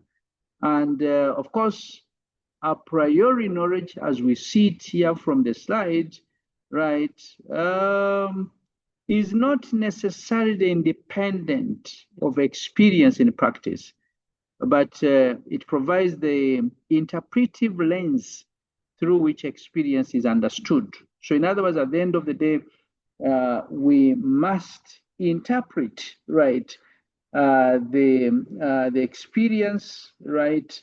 We must interpret the empirical data, right? And you not have that independence, right, of the experience of the researcher in this case. So if we take the same example that we took a few minutes ago, right, in the context of education in Uganda, if you pick the concept of quality education, right, this quality education is not directly observable. You cannot observe quality education, right? But it is defined through what we call theoretical assumptions about learning. So you see, you have those assumptions that you hold about learning, the assumptions that you hold about development, and the assumptions that you hold about societal goals. And those assumptions guide the interpretation of empirical data, right? And that empirical data could be in terms of examination results, right? Or it could be in terms of the policy decisions that will be taken later on. So, of course, as you can see, the distinction between a priori and posteriori knowledge is not really absolute, but interactive in nature. And that's why many times you will find yourself oscillating, right, from a priori to a posteriori and vice versa, right? And then you end up interpreting knowledge through what we call conceptual frameworks and these frameworks are refined through experience, right?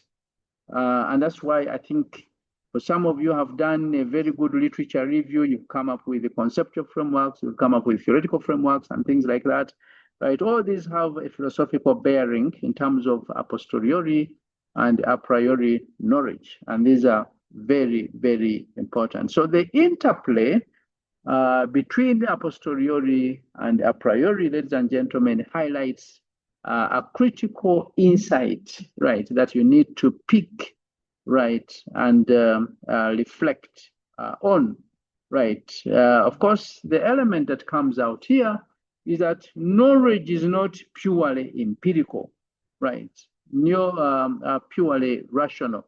You cannot say that this is purely empirical, purely rational, but it's a synthesis of both.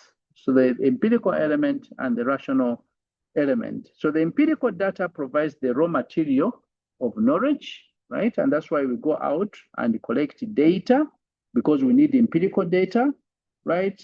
But at the same time, conceptual frameworks will give it a meaning, right? So you have a conceptual framework, right, that you usually develop in chapter 1, I think, right? Right from the introduction, you have, I think, a background to the study. Within the introduction, you have a statement of the problem, you've got objectives, you've got hypotheses, right? You move down, right, according to the Makerere University structure, right? And then you have the conceptual theoretical frameworks, right? But if you follow other structures, that will be under a review of theories and concepts. That should be chapter 2. That's where you'll find the conceptual and the theoretical frameworks, right? So you have empirical and then the theoretical, and of course they supplement each other, right? That's why you have the priori and posteriori, right, being mixed in the same kind of study. So you should be able to explain this, right, if you are confronted by the examiners, right, or even that gentleman they bring to interrogate your work.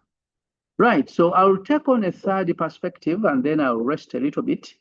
We shall take a rest for about 10 minutes before we resume. But let me just take you to axiology, right? I know this is something that we did mention earlier on, axiological positions, and that is the value laden kind of research. So values shape the interpretation.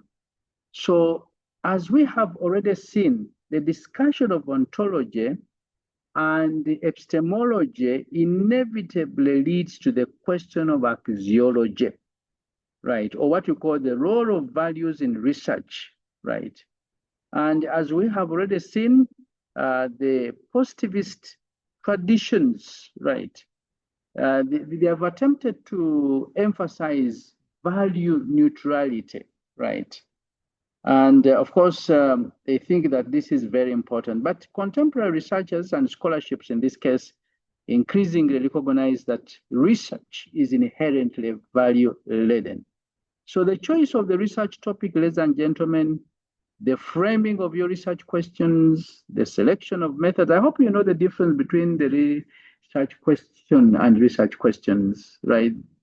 The two do not mean exactly the same thing, right? The research question is usually the central thesis of your research. And when we read through the statement of the problem, we are able to see the central research question. But the research questions are the ones that usually derive from the statement of the problem, right? So I'm just simply saying that the selection of methods, the interpretation of findings, they are all influenced by the researcher's values, right? And these values could be ethical, as I did indicate earlier on, cultural, or even ideological, right? And they will always shape the direction and purpose of your research, right? And I think in Uganda, this is very, very, very important, particularly when you are undertaking studies in the area of poverty and development. You discover that the values of the researcher mean a lot in research. So, of course, ladies and gentlemen, this is an important component that we have to really think about. But let me just give you one question or an example for you to think about. Let's imagine that your study is in the area of gender inequality, right? Gender inequality, of course, if you are studying that topic, right, then you'll find that there's a number of things that you have to think about, right? And one of the things that you have to think is the issue of measuring gender gaps in education or probably employment, right? Now, of course, that is for an individual who is neutral, right? A neutral study will focus on measuring gender gaps in education or even employment. But the other fellow who takes a critical eye and is undertaking a critical study, he may actually seek to understand and challenge the social structures that produce these gaps, right?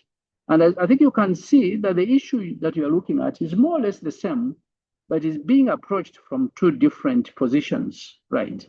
So, but when you look at these two positions very carefully, you discover that both of them generate knowledge, right? But they differ in their underlying values, right? And intended outcomes at the end of the day. So the integration of axiology into research, right, it's not really a question of rejection of rigor, right?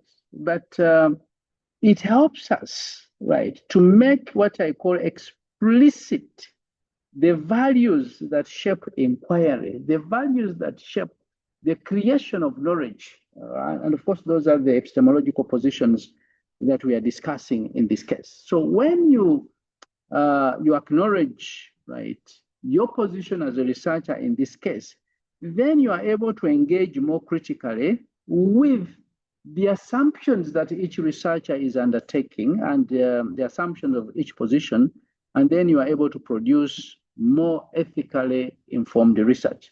So this is very important for the researcher or the researchers, right, in this case. Right, so let me pause here, ladies and gentlemen, as we rest for about 10 minutes, and then we resume, right, to begin our third component, right, and that should lead us to the fourth, and then at the end of the day, we should be able to close our lecture, right. So if you have any question, ladies and gentlemen, you can actually raise your questions, right, or question, and then we try to answer, right. And if there is any other person that has answers, right, to those particular questions, please feel free to provide those answers. Right, am I seeing a hand up there, or I am mistaken? Hello? Tombe? Yes, good Hello? evening. Good evening. This is me, Tombe. Yes, please. Yes, I saw your hand up. I'm very sorry. I'm having a problem. I'm having a problem here with writing the questions on this group. I'm having some issues. I'm having some issues here, which I don't understand. I've never had them before. I cannot write them. But I cannot write them. I don't understand. So I'm sure you don't have much time to rest, but you have stated that as PhD students, we can have issues with pertaining issues which we have as our research topics. Yes. So now I want to know whether we can have solutions to these problems. I've written to the groups, but as researchers, we have a problem and we have observed them. And we know they are there. And we have a feeling, as you have stated in the lecture, that you may be rejected. How do you rectify this? And how can you help us as lecturers and concerned citizens? Because those problems are there. Thank you. Tombe, I'm not very sure I understood the question that you asked. I am very sorry. I didn't pick you. Right, but Okay. Yeah. What you have stated was, you have mentioned that as researchers, the problems may be rejected. There's a possibility it may be rejected. Are you talking about what I want to know? Your thesis being rejected?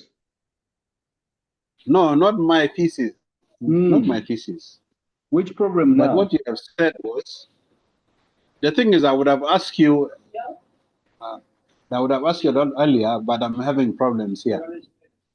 So the trend has lost, I've lost something there. But what I'm saying is, the problem which we have, which we know is there, how do we make it acceptable? Simply put,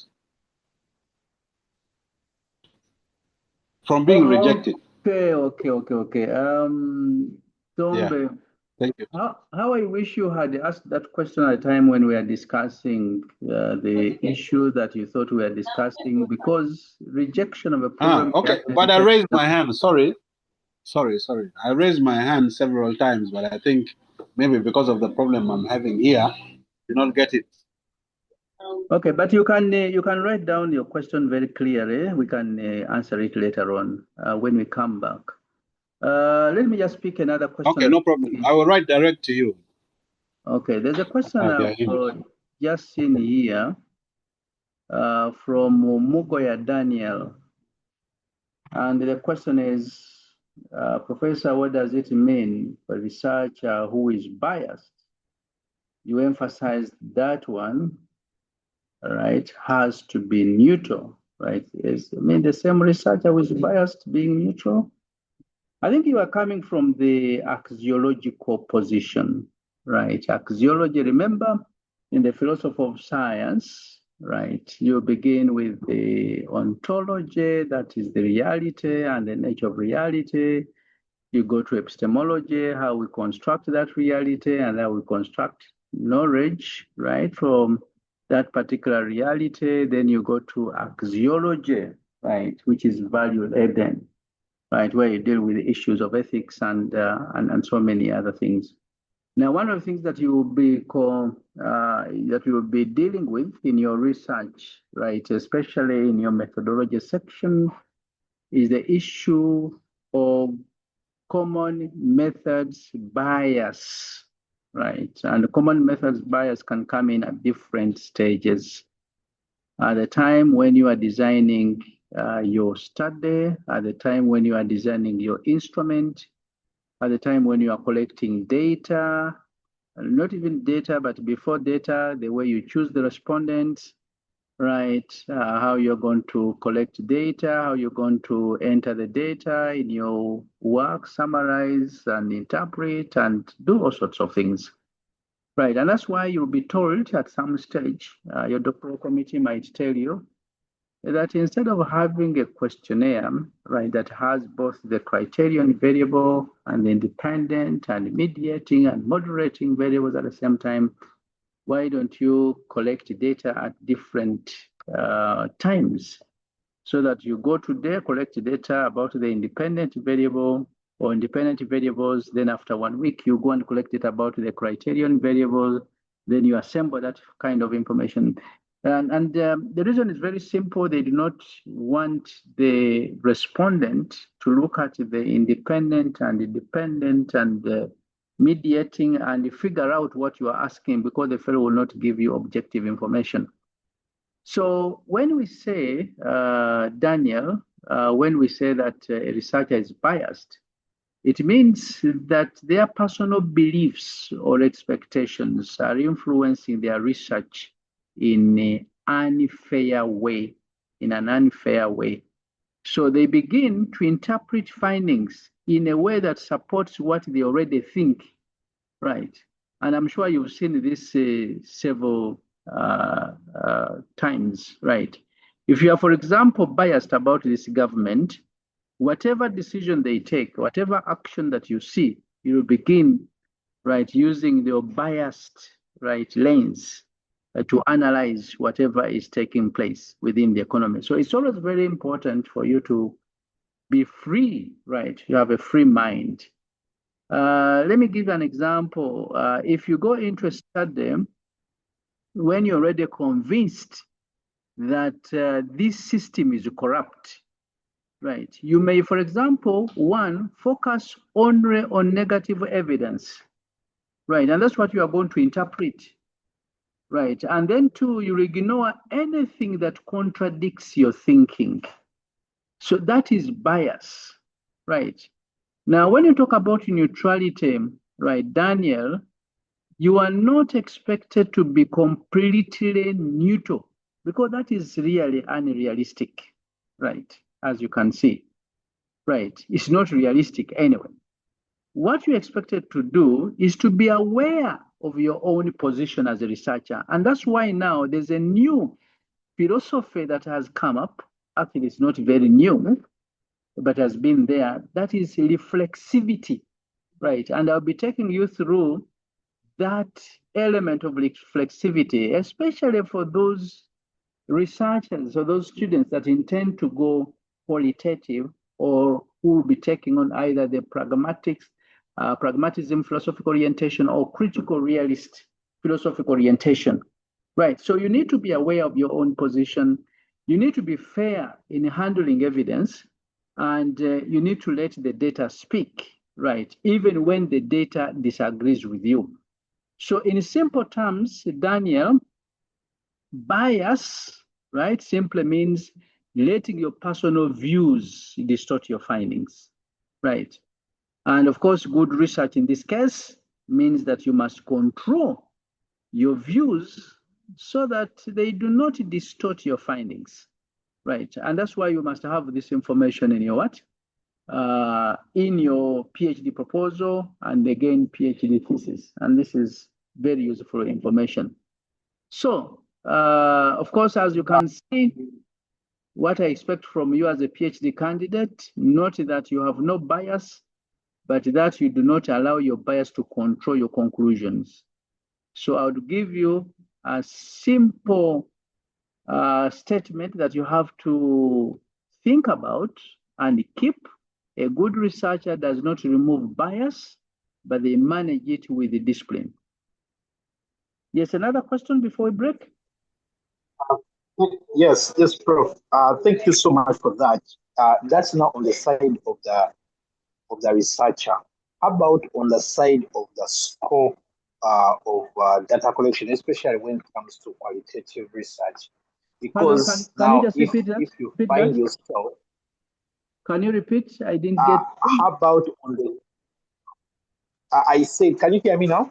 Yes, please go on. I was saying that that is your explanation is good on the side of the researcher. I can appreciate that.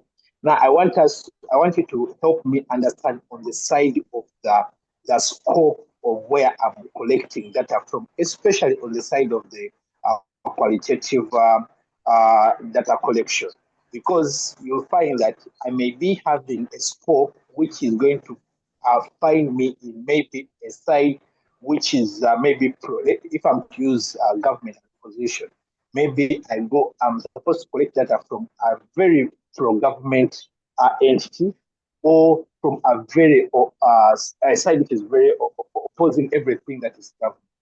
At the end of the day, my data that I'm going to collect is going to be very biased because of where I'm supposed to collect data from. I don't know how I can pull out the bias from that, because I already know if I'm told I'm going to meet someone who's pro-government, their stand of an issue is going to be really, really biased to what they believe, vis-a-vis what I would want to pick from my collection. Okay, Daniel, I'll give you my my understanding of the issue that you are raising. To me, I feel, Daniel, if you're asking about bias from the scope of the study, then at this level, we may not be on the same page, right? We are probably reading different pages, right? And especially at the PhD level. Now, what is bias from the scope in this case? Bias from the scope happens when the boundaries of your study are defined in a way that limits or skews the findings. And who defines this? It is you, not actually the areas where you're going to pick this data from. In simple terms, Daniel, your design, right, especially the way you design your study, will determine how bias comes in. If you design your study so narrowly or in a particular direction that it can only produce certain kinds of results, bias comes in and it is you who is introducing the bias.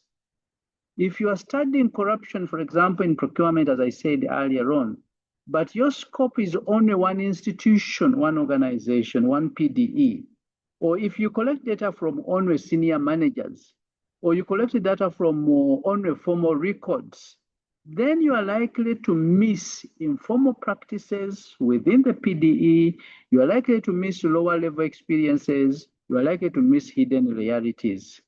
That creates what we call scope bias. So the important clarification that we have to make here, Daniel, right, is that having a scope is not a problem. Every study must be limited, right?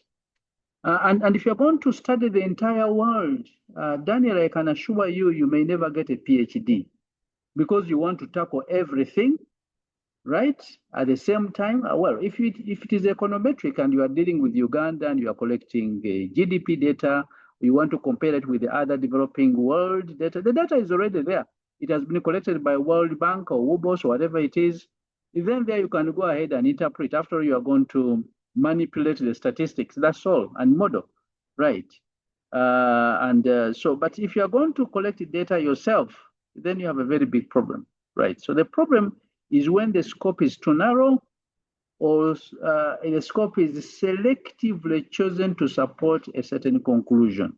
So at the PhD level, what is expected, Daniel, you must, A, clearly define your scope in terms of location, in terms of population, in terms of time, and in terms of variables.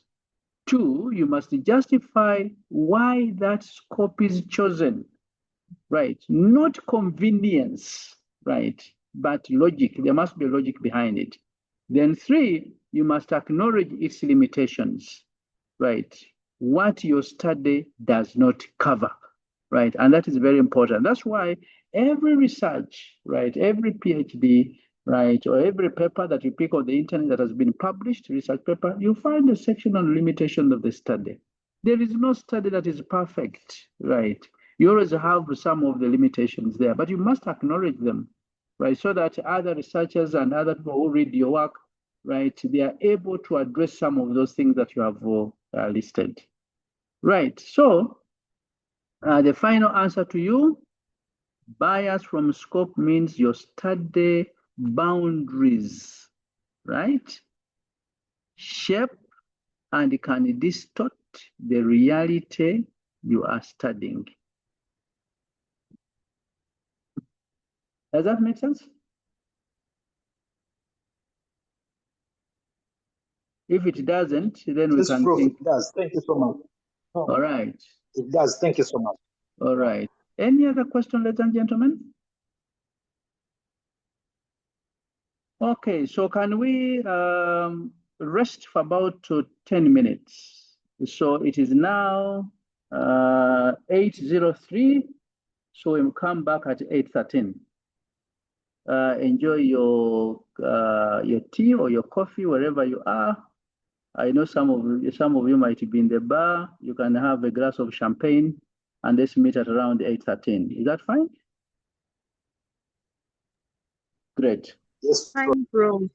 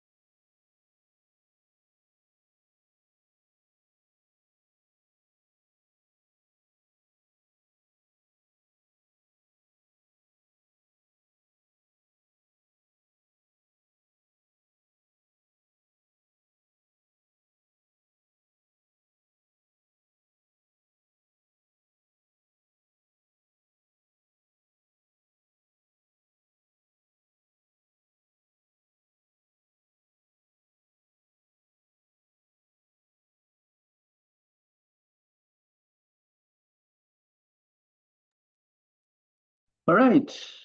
Welcome back. Hello. Hello. Good evening. Yes. We're here. Thank you. Professor, we are here. You are there. That is very good. My friend Amos, how are you? Oga? Amos?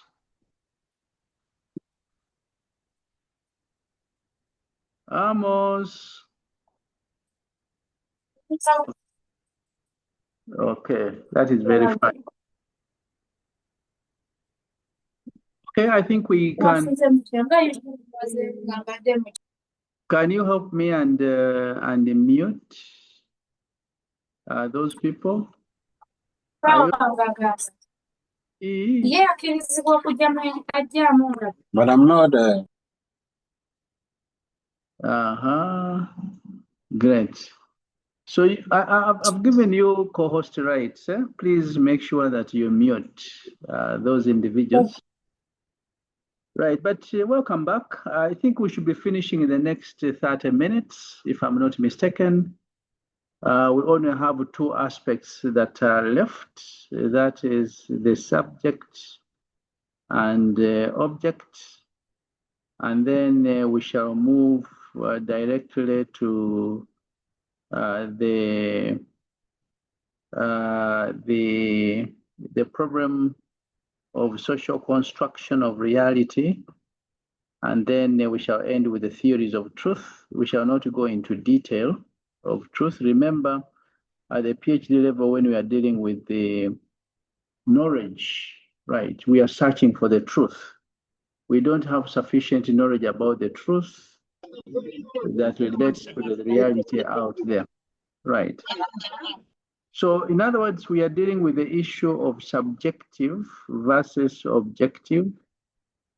And this one gives us both perspectives for objectivity and subjectivity, right? And those are the issues that we are discussing here. Although they were wrongly typed as subject versus object, right? But subjectivity versus objectivity. And that's what we are dealing with right at this moment. So ladies and gentlemen, I think when you went for a 10 minutes break, you were able to reflect on the philosophy of methods. Remember, the major objective is for you to begin thinking like philosophers, right? I know without really studying all branches of philosophy, it's very difficult to become a philosopher. But at least the way you construct knowledge must be thought about in a consistent and systematic manner. And therefore, philosophy becomes very crucial and essential at the time when you are coming up with your topic, at the time when you are writing your concept notes, the time when you are writing your proposals, right? Time you are defending your proposals, and then the time when you are going to the field to collect data and presenting what you call pilot results. And that's why last time I told you that you need to be very, very careful, when you look at someone's research, because he's asked to present his PhD thesis in 30 minutes, right? And he's compressing 4 years' work, right, and just about 30 slides or 40 slides, where the fellow is even given less than 1 hour. So you begin making judgments that his work is rubbish. The fellow, you have never had an opportunity of reading his proposal, you have not read his, and sometimes that's a danger that examiners and the opponent land into, because they are given this is in 1 week. Right, and then they juggle through and they pick mistakes, because there's no work that doesn't have mistakes. They pick mistakes and capitalize on those particular mistakes, and then they say that your work is rubbish, when the actual sense it might be a good piece of work. Personally, I know of a student where the opponent said the work was very bad. The examiners also said the work was very bad. but the scholars actually picked it as the best piece of work, right? Scholarly community, and I don't mean Ugandans here or even Africans, but the scholarly community internationally, right, voted that piece of work as the best piece of work, right? So you need to be very, very careful before you make a judgment of a thesis that you have not read, right, and you have not critiqued. These people are usually biased. They pick on mistakes that people make. And that's why a Viva, as you see today, it has become more or less what I call a platform for humiliation, right? Instead of a platform for praising what someone has done, right? Work that has been examined by examiners, 3 of them, and they have passed it. And then at the Viva stage, you say it is rubbish, right? Because you are driven by the way others think. That becomes really problematic, right? But nonetheless, these are issues that you need to think about, right? And again, each examiner will look at different things depending on what he's interested in. There are those who will not be bothered with the philosophy at all, even when you've done it very well, although the philosophers may actually give you 100%. Someone who is concerned with the positivistic perspective and econometrics, being given a qualitative study to evaluate, will give you a 0 and will say that you need to repeat and redo the exercise. But the fellow who is qualitative will give you 100%, right? And vice versa. So all these are very important philosophical underpinnings and perspectives that we need to really pay attention to, right? So, ladies and gentlemen, I think now we go into the issue of objectivity versus subjectivity, right? And this creates what I usually call the epistemological crisis, right? And one of the researchers, one of the scholars, one of the philosophers is called Schopenhauer, right? And he has given us what we call the epistemological crisis, right? And of course, as you've been listening, right, assuming that you've been very attentive to the discussion that we've been having here, you discover, right, that the classical foundations of scientific inquiry have for a very long time been built upon the assumption that the researcher, right, and really the researcher here is the subject, right, he can be separated from the phenomenon under investigation. So when we say the subject, that is the individual, right, that is the researcher who is undertaking the study, and that researcher is supposed to be separated from the phenomenon under investigation, right? And that is really the object, right?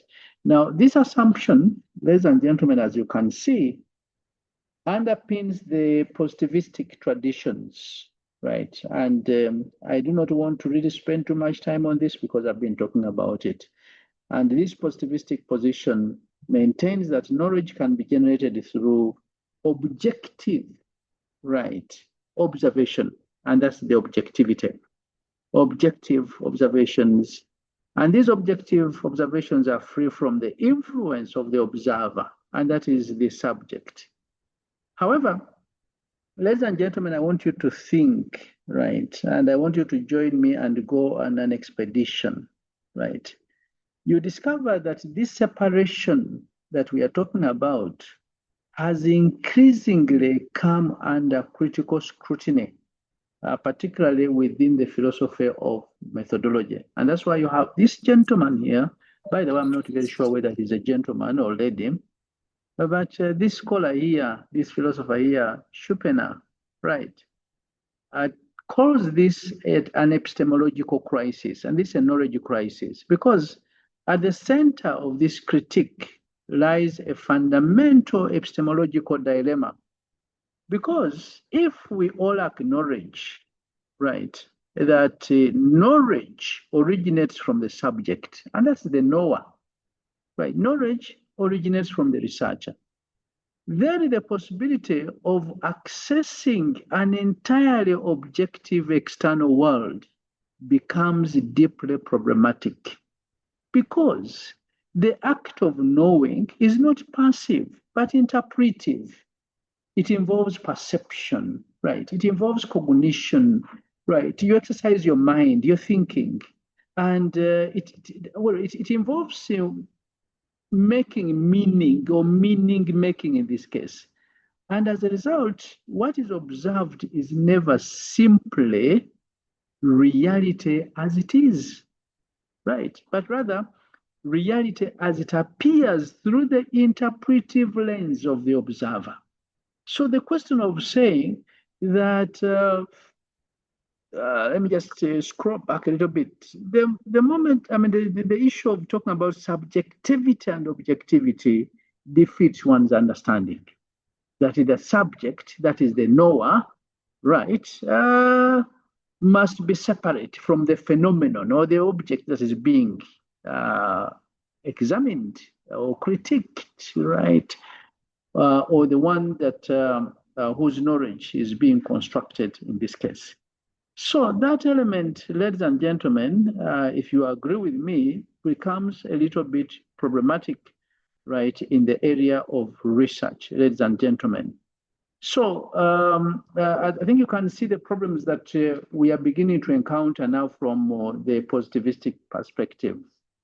Right. So that's why within the philosophy of methodology, this is becoming a little bit problematic. And that's why when you are making your presentation at the PhD level, right, and these people come up and begin making this, begin mentioning these things here, critique them, right, dismiss them. This business of saying that a PhD student should never respond back to the opponent, should never respond back, right, to the examiners, I mean, is useless, right, and doesn't make sense.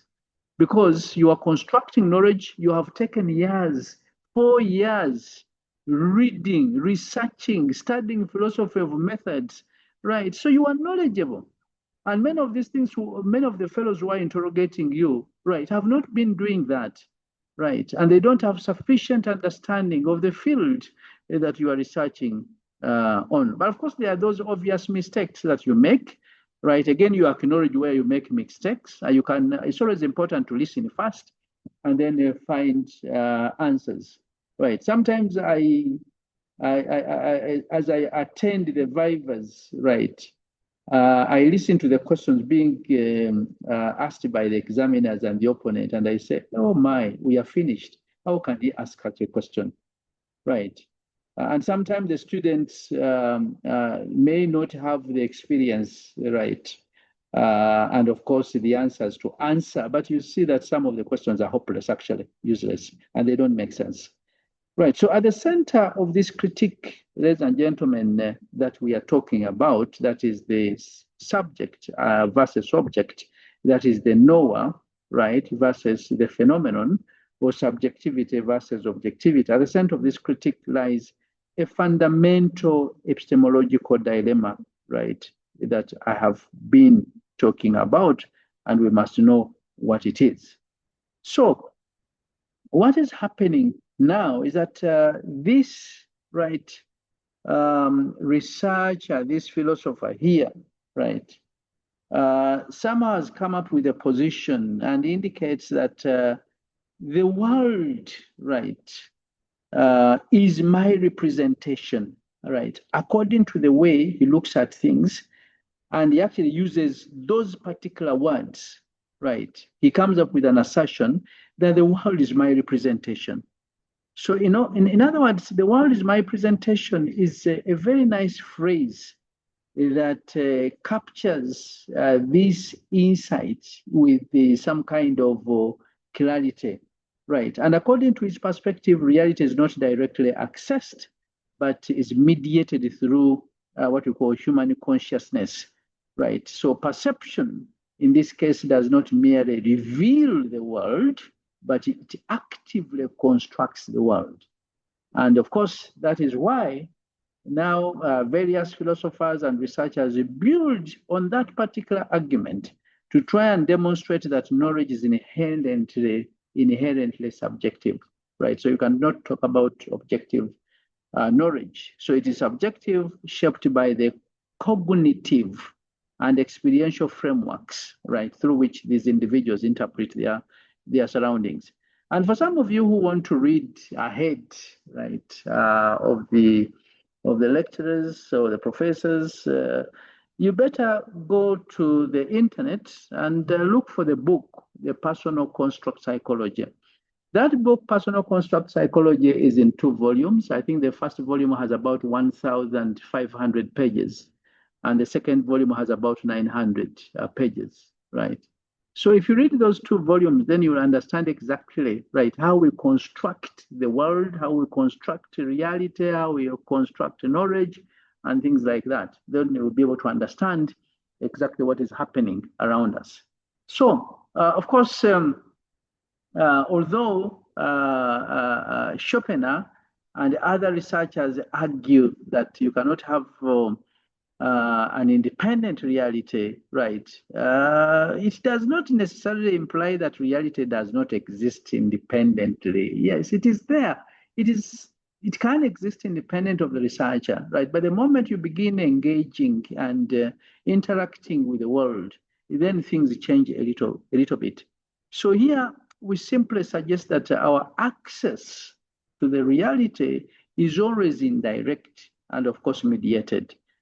Even when researchers attempt to adopt an objective stance, they still remain embedded within the very processes that that the researchers seek to analyze. So, of course, there are theoretical assumptions as we see them, there are methodological choices, and of course, the interpretive frameworks that we use influence the production of knowledge. Right. So, in other words, those are things that we need to think about. I don't know whether at this level I need to give you an example, right? But again, I'll take. Okay, let me just give you an example using something that is very similar to what I've been using right from the beginning of this lecture, right? And right. So, if we could take an example of poverty. Right, I think I've used it several times, right? But you can take it a step further, right? And say that we are going to look at residents, right, within the urban environments, right? And if we take residents within the urban environment, again, similar to the question that Daniel did ask a few minutes ago, right? That was the question of scope, right? So if you take, for example, a village environment, another one takes an urban environment. If you look at the data that is collected by WUBOS, right? Of course, they try to have a representative sample of the country. You have urban versus rural. You have those who are employed versus those who are not employed, and things like that. Right. You may discover that the issues of philosophy, right, those same conditions, right, may actually exist in 2 settings, but they may be interpreted in fundamentally different ways. Because sometimes you find that the informal settlements that you have are not merely sites, right, for the particular constructs that you are studying, but they are also spaces of, for example, social networks, economic opportunity, right, plus a number of other things. So individuals may engage in informal trade, right? They may rely on community support systems and develop adaptive strategies that enable survival within the constrained circumstances. So in other words, I think you can even generate your own examples in this case, right? So if you take an epistemological position or standpoint, right, you discover that this issue will raise critical questions, right? Can poverty be fully understood through quantitative indicators alone, for example? Or probably does it require engagement with lived experiences? Now, if knowledge is derived solely from external observation, right, then important dimensions of reality may be overlooked. So when you bring your work there, because for you got data from WUBOS and things like that, Bank of Uganda, Ministry of Finance, Planning and Document Development, right? And these fellows begin asking these questions. Do not get annoyed, right? Don't change your face. They're also raising pertinent issues that you did not think about.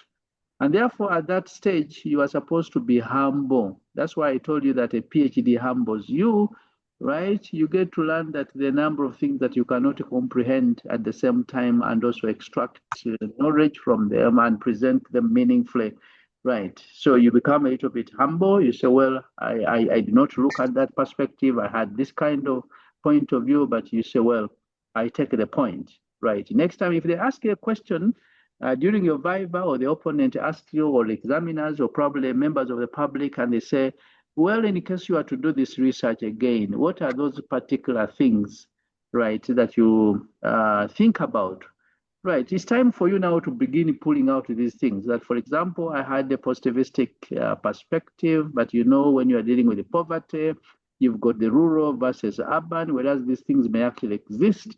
There are also this perspective, this other side. Now, my study did not look at this perspective. That this is another angle that now I would like to, or another lens that I would like to use, or philosophical lens, to analyze this kind of thing or this perspective. So I think you can see, right, how important research is and how we can actually get to the gist of the matter, right?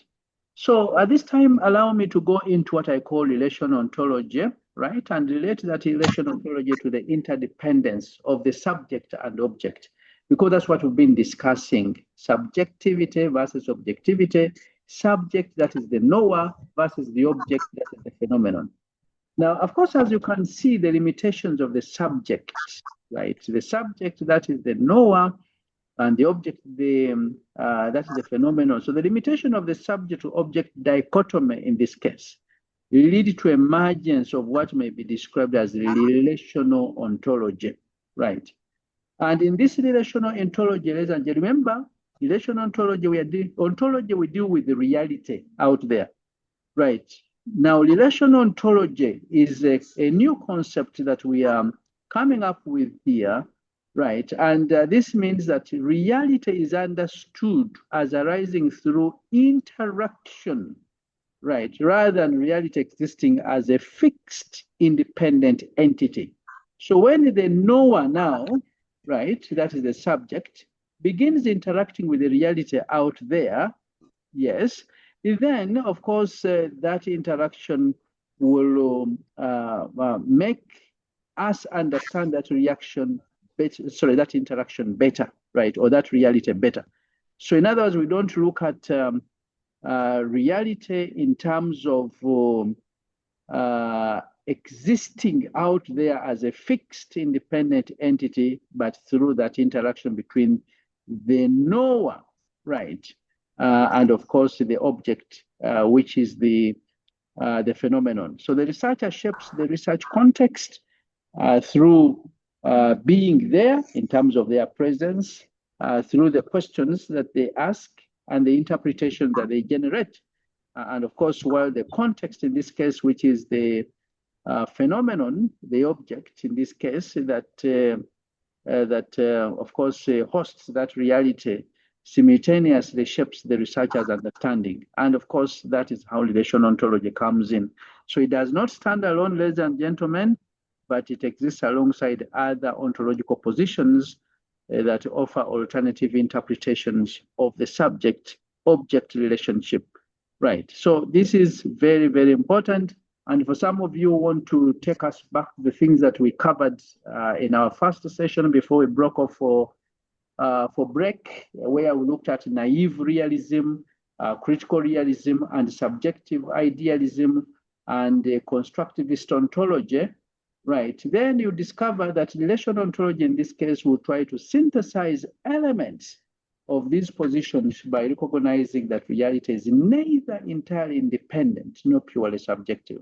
So instead, it is produced through that dynamic interplay between the individuals, the social structures, and the contextual factors that are very, very, very important. And therefore, we must actually look at those things seriously. Right, so that's where we get those aspects like the observable conditions, which are shaped by the structural forces, and of course, bring in the experiences or this subjectivity, right, of these researchers in this case. So that's why we get the realistic dimension, that is observable conditions. Structural forces, you have the critical realistic dimensions, and for the idealistic dimension, you have what we call the subjectivity that comes in there, and then you begin constructing reality out there through that kind of interactions where you have the social interactions. Right, so ladies and gentlemen, allow me to, I think, put that to rest, right?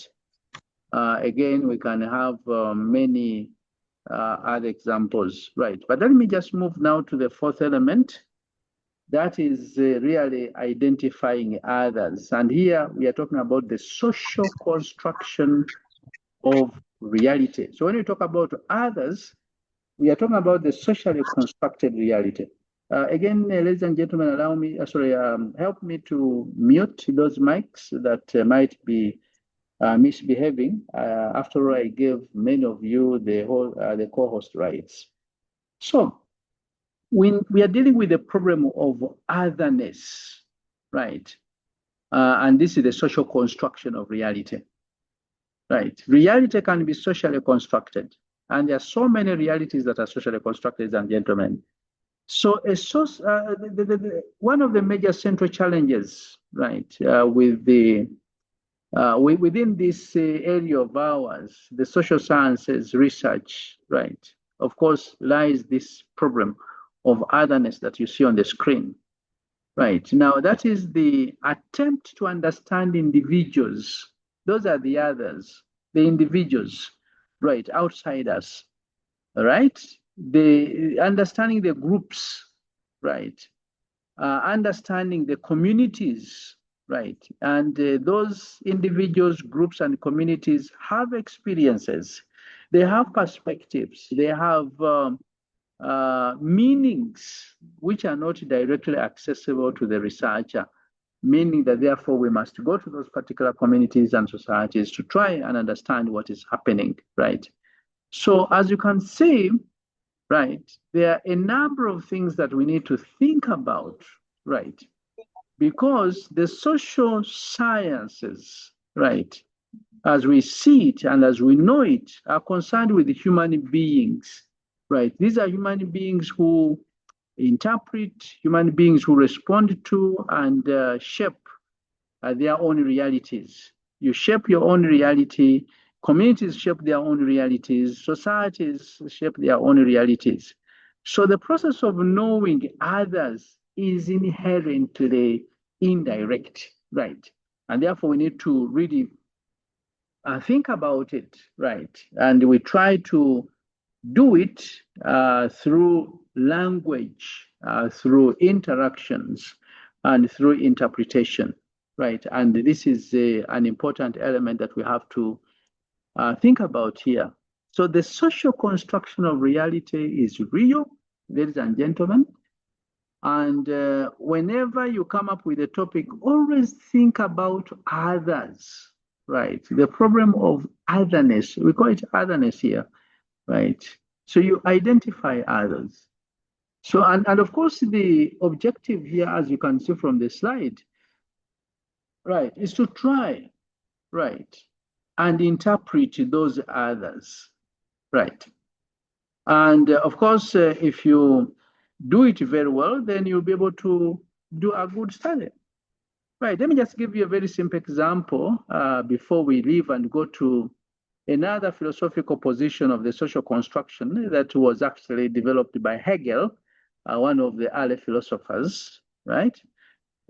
Before we go there, let's look at our environment, right? I mean, you are all in this country called Uganda. I don't know whether I have some on the platform here that are outside Uganda and you're in Kenya, Tanzania, or South Africa, or Korea, right? But if you look at the problem of otherness in Uganda, right, this problem is evident in research, right, on informal economic actors in urban settings.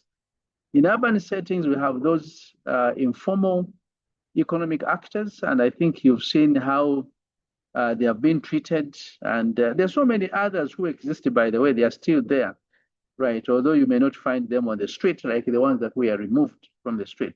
So a researcher approaching informal traders in Kampala may interpret their activities through economic frameworks, right? And of course, they can categorize them as participants in a shadow economy.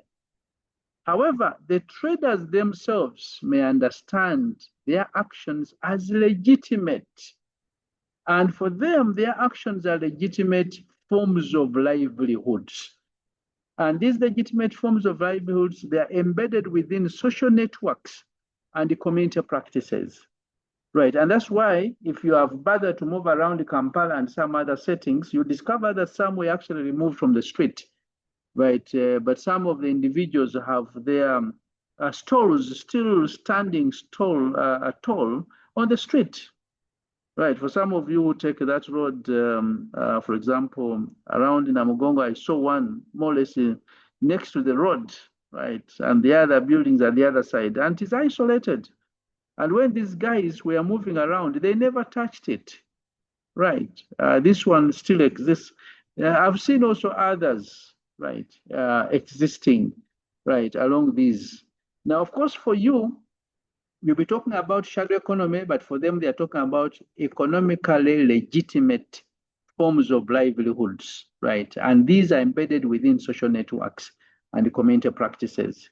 So the divergence between these perspectives, ladies and gentlemen, illustrates that understanding others is not a straightforward process, right? Where you simply observe, but it is a complex act of interpretation, right? Complex. And this complex act of interpretation, right, has to be thought about seriously. So as you can see, ontologically, this will actually raise the question of whether reality is singular or multiple. Now, if different individuals construct meanings differently, then reality cannot be reduced to a single objective account.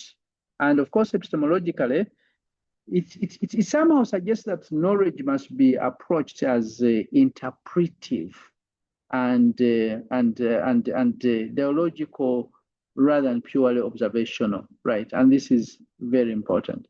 I've always used a very simple example. Maybe I could give it to you as well, right? If, for example, the institution where you have decided to take your PhD from, right?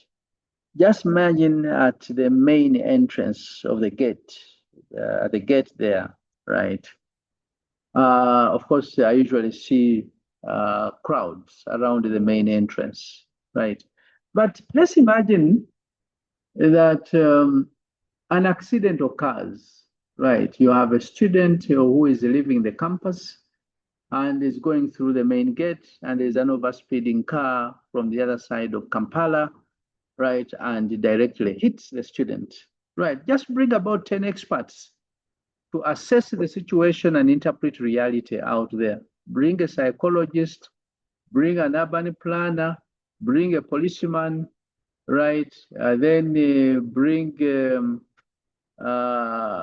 else, right? You can bring a philosopher as well, right? They're all from different disciplines, right? I can assure you, the urban planner will say, well, this gate was not properly planned, right? And therefore, as a result,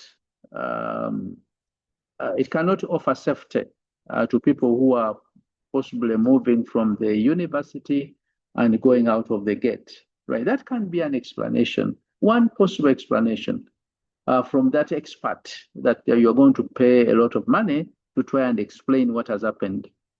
Now, when you bring a psychologist will say this young girl who was knocked down by a car, right, has had a series of relationships, right, with boyfriends. And of course, in the last 1 week, right, one of the boyfriends disappeared. And therefore, this caused some bit of stress and trauma to the student. So as the student was moving, she was not thinking right, and that's why she was knocked down. Now, the policeman, on the other hand, who is also brought to analyze the situation, will tell you this was a BMC, right? That the fellow was driving a BMC, it was in bad mechanical conditions, and therefore did not even have a driving permit and things like that. And that will be his perspective. Now, you bring a lawyer, he's also likely to give a different perspective or interpretation. So I think you can see that the divergence between these perspectives illustrates that understanding others is not a straightforward process, ladies and gentlemen, right? A straightforward process of observation, but it's a complex act of interpretation.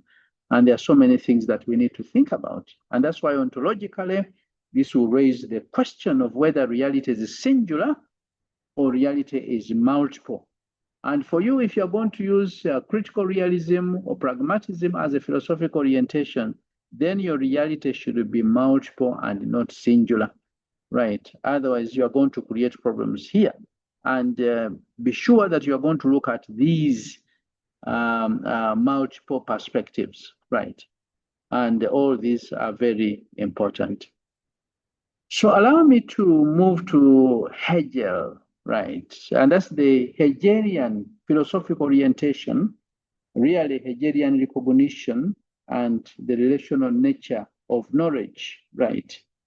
Of course, here we draw a lot, right? We pick a lot of inspiration from Hegel's theory of recognition, right? This was a theory of philosophical perspective of recognition, right? And this Hegel's theory of recognition actually provides a critical philosophical framework for addressing the problem that we started a few minutes ago, right? And that is the problem of otherness, right?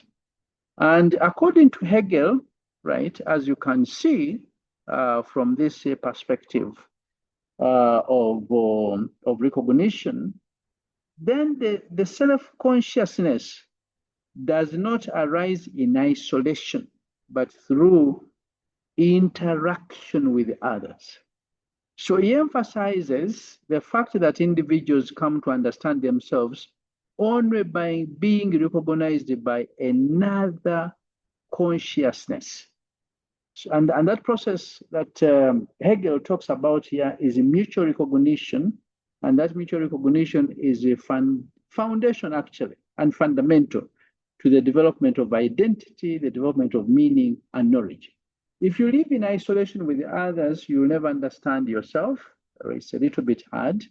But the more you interact with others, then you try to understand yourself more, because they will be telling you exactly who you are. And from this perspective, ladies and gentlemen, knowledge is inherently socially constructed. So the social construction of reality is very important. So knowledge will not come from that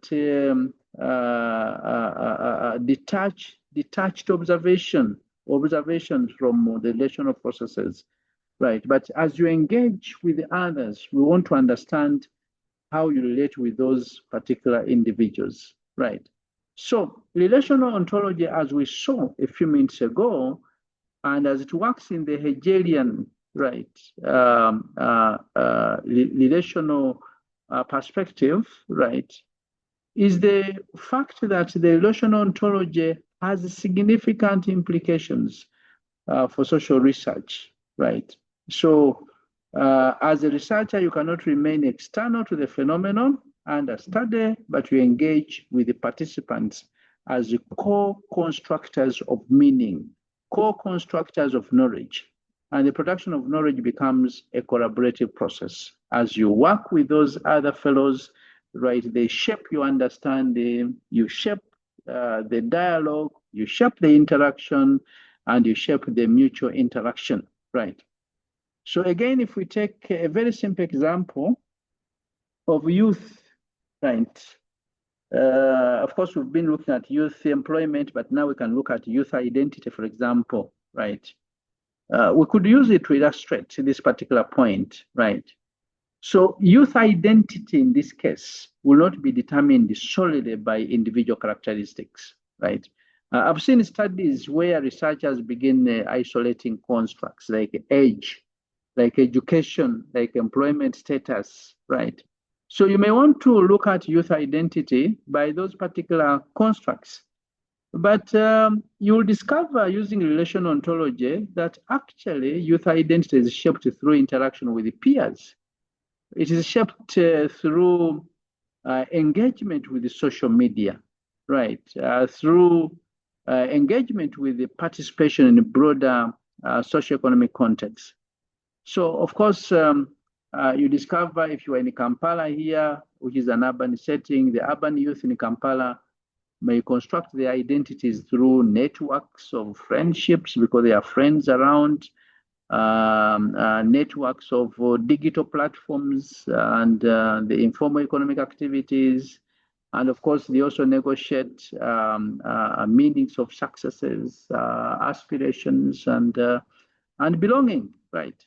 And of course, from this, you actually see that reality is not an individual attribute, but it's a relational construct, and that's why we talk about relational ontology, ladies and gentlemen. As we move towards closing, we look at power, right, and knowledge, and that is a master-slave relationship, ladies and gentlemen. So the master-slave dialectic, right, is very important to illustrate the power and knowledge perspective. Again, we pick from the works of Hegel, right? Hegel's exploration of recognition. Again, I think I sent you books on Hegel, the Hegelian philosophy, right? But if those do not bring out the paradox that we are talking about here, then I'll send you more books about Hegel. Now, of course, Hegel's exploration of this kind of relationship, the power and knowledge, right, extends into the master-slave, right? There's a sort of dialectic. And of course, this master-slave reveals the intricate relationships between power and knowledge. So I think you can see when you talk about master and slave, we're talking about power, right, and knowledge. And in this dialectic, as you can see, individuals seek recognition. And as they seek recognition, they lead to a struggle, right? And that struggle will always be there. And that struggle results in the emergence of hierarchical relationships. And that hierarchical relationship or hierarchy of relationship, you have the master, and the master here achieves dominance, right? And of course, you have the slave on the other side, and the slave is subordinated, right? Now, as you can see, this relationship produces a paradox, right? That paradox is the master, right? And here we are saying that the master, despite possessing power,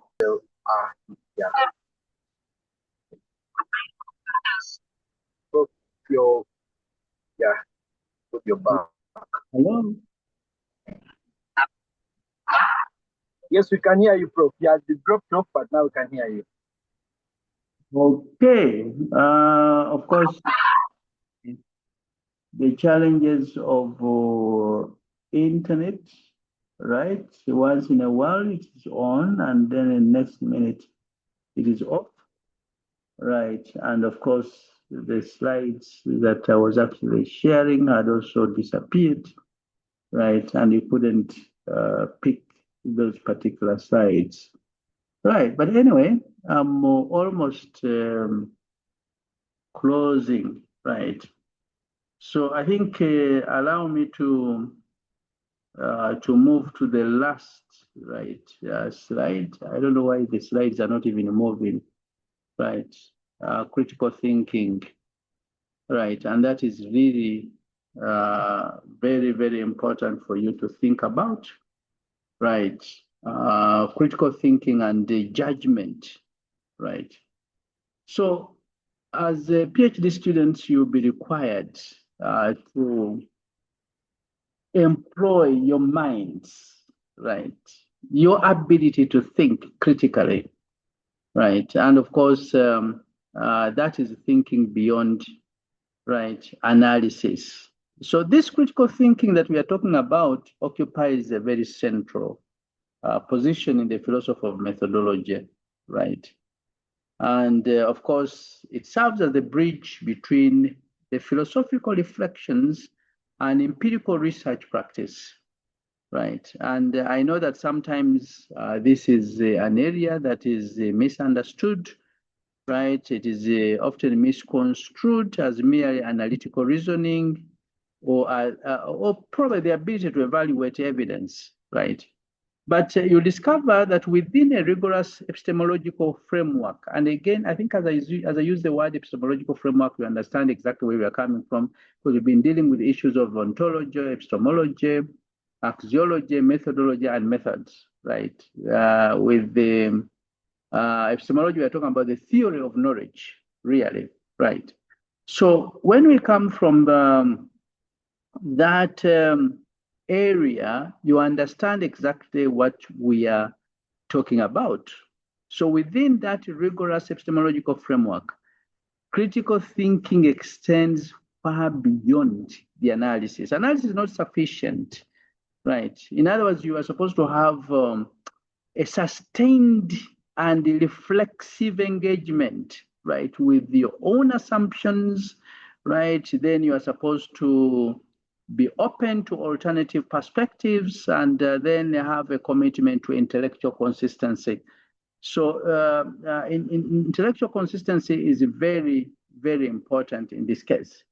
So again, when we draw from the Kantian philosophy, then critical thought can be understood through what I would call three major principles, right? The capacity to think independently is one of them, right? The ability to consider the perspectives of others, then that becomes the second perspective, and the obligation to maintain coherence in reasoning, that becomes the third component. And once you combine those three, then you are talking about critical thinking. So to think independently, right, ladies and gentlemen, is to resist the uncritical acceptance of established ideas, authority, or even traditions. And many of you, when you read these journal articles, you simply accept and you just swallow everything you find in the book, or in the books, in the theories, right? You do not even critique, right, these positions, right? You only accept these things by faith, right? And that is not a mind of a researcher. You are supposed to interrogate, right, these components, right? So these are very important things for us to think about, right? And we must actually interrogate them. Allow me to move to the second component, and then I'll end with the third one, and that is social validation, right? And when we talk about knowledge as social validation, we are saying that the process of critical thinking that I am actually trying to describe here leads naturally to the recognition that knowledge is not validated in isolation, but through those social discourses and collective engagement. So as you engage your colleagues, your friends, and then you have discussions, right, then you begin validating, right, that knowledge. Of course, this kind of component challenges the traditional view of knowledge as an individual achievement, right? But of course, at the end of the day, knowledge becomes a product of interaction within a community of inquiry, especially if you come from the social discourse and collective engagement. And these are very important components that we need to think about. Right, so That takes us to the third component, that's the life world and the praxis. So in other words, here we are trying to bridge theory and experience. So that's why we talk about theory and then the life world. Now, life world, the concept of the life world, ladies and gentlemen, originates from phenomenological philosophy, right? And phenomenological philosophy provides a critical lens for understanding the relationship between the experiences that people go through on a daily basis and the formal knowledge. By the way, the word phenomenological, as you see, it comes from phenomenon, right? And of course, you remember the issue of the object, right? The object is the phenomenon. The subject is the knower. So when you talk about phenomenological philosophy, right, that one comes from the subject. So phenomenological philosophy, right, is a very nice philosophical lens that you can use to understand the relationship that exists between the experiences of individuals and the formal knowledge that has been documented. So as you can see, the life world, right, of course, is usually what we take for granted. There are so many things that you see, right? Actually, for me, I remember, I think it was about last year, right, where we got a few people from out there, right? They came, they went to one of the markets in Nakawa, right? And these were foreigners, I think, from America, right? And they started observing what was happening. And before you know it, they actually published around 3 or 2 papers out of that, because they were able to construct. For you had taken those things for granted because you see, right, that you are always in that bit of context. That's the life world. So that's the pre-theoretical, taken for granted world of lived experience, right? For you, that only forms the background of all your understanding. But to those fellows there, they actually see knowledge, right? And they're able to construct knowledge from that kind of reality. So that is very important because it has the cultural element, has the social element, and has the historical context, right? And the social and the historical and the cultural, right, context, right, will be used by individuals to interpret the experiences and they construct and construct meaning, right, from that element. Now, of course, the other word that you see in the topic there is, in the title there is praxis, right? That is another closely related concept to the life world, right? It refers to the dynamic interaction between theory and practice. So when you talk about praxis, that's the dynamic interaction between theory and practice.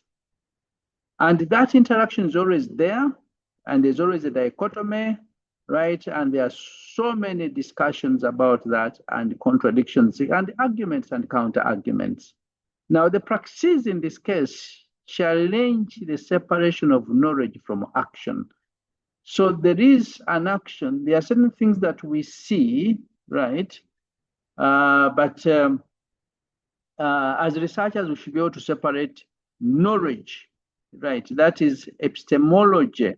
What counts as true knowledge, as what counts as truth, right? And then we must separate it from other things that do not actually make sense in this case. So once we do that, then our understanding, right, will develop in the sense that we are able to see how theory is applied to real world context. And when that theory is applied to real world context, then we see subsequent reflection on that application. So when we do that, we shall be able to see the outcomes of this. And that's why I think you've seen many students Excuse me. You've seen many students who use cases, right? A student says, well, I am studying, for example, this issue of employment, right? And therefore, I had to go out and extract reality. And I got a graduate from Makerere that I followed that fellow up to the field. I've documented what has been happening to him in the last 5 years and things like that. And as a result, I'm using this theory to explain, right, what this fellow has gone through. And then from that, I theorize, right? And then I ground my study. Of course, that kind of approach has it has some merits and demerits as well. If you're going to use it, you must think twice about how the public, right, or the scholarly community will view your ideas. I don't want to take that position, that direction right now, but maybe later on when we come to theory, of course, time allowing, we shall be able to interrogate those particular aspects in that area, right? So lastly is the truth, right? Remember, when we talk about knowledge, we are talking about justified true beliefs, right? Of course, that perspective and that thinking was challenged by Gettier, right? Gettier, right? And then the philosophers started thinking, right, about what could be done. Are we still together, ladies and gentlemen? All right, I can see that. Hello?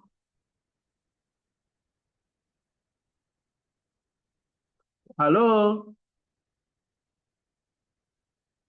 Okay, let me end here. Yes, Prof, we can hear you. Prof, we are on, Prof. Okay, let me end here. Otherwise, I think many of us are very tired, right? I think what we shall do next time when we meet, we shall go through theories of truth, or what I could do is to send you some books about theories of truth, and I'll send you these slides, right? You will see the number of theories. There are about 12 theories, by the way. Here I had come up with just very few: correspondence theory, coherence theory, pragmatism theory, constructive theory, and then, of course, trying to see how these apply. So I'm going to send you these slides, ladies and gentlemen, and then I'll send you books on theories of truth, right? Remember, in the philosophy of science, right, we deal with the knowledge, and knowledge previously in the philosophical books, right, it had actually been defined as justified true beliefs. Before Gettier, right, one of the young scholars actually challenged the philosophers of the day, right, and they started thinking about this concept, and then so many other philosophical positions and definitions of knowledge actually came up. Right, so let me stop there, and I give you 5 minutes if you have a question or a comment, and then we close.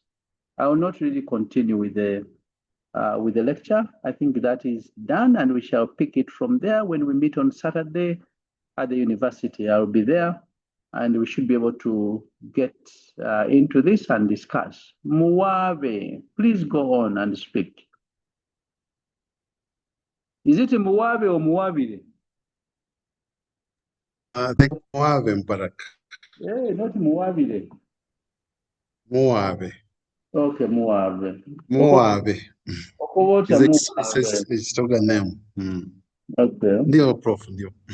Continue. Thank you, Prof, for the insights. They have been good. I want to just really share my view, which has been disturbing me, Prof. Yes, go ahead. For example, when you talked about epistemological crisis, I really discovered that in a research paper, for example, when you run the correlation analysis, you could find that there's a positive significant relationship. But when you go to test the hypothesis, then it's not supported. And that, I think this is either an issue of epistemological crisis or axiological issues. So I wanted your view about it, Prof. Can you repeat that? When you run a What correlation, could cause this dilemma? just go on. When you run a correlation analysis, there's a significant. when you run a correlation, yes, please. Uh-huh. But when you run the same regression to test the hypothesis, you discover the hypothesis is not supported.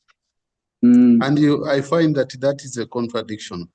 And I wanted you to clarify. It has really been a problem to my case, practically. Okay, so you want to know what happens in between there, why that is so. Is that so? Yes, please.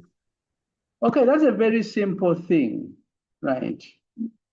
And you know, you are talking about epistemological crisis. I think you need to be very careful when you are talking about epistemological crisis, not to extend it to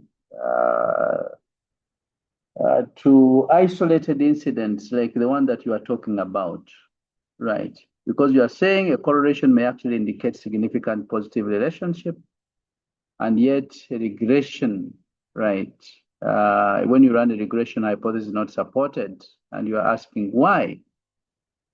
First, you need to understand what each method is doing, right? And for me, I think that is very important.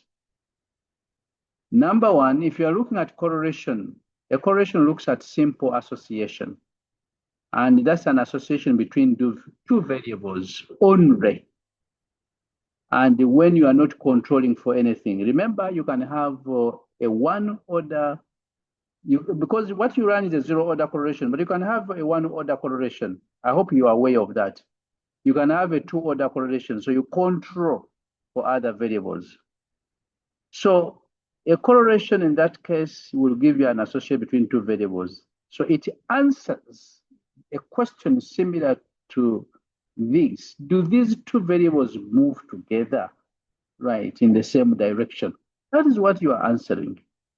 Now, a regression, on the other hand, looks at effect while controlling for other variables. And this regression tests the predictive, what you call the causal direction.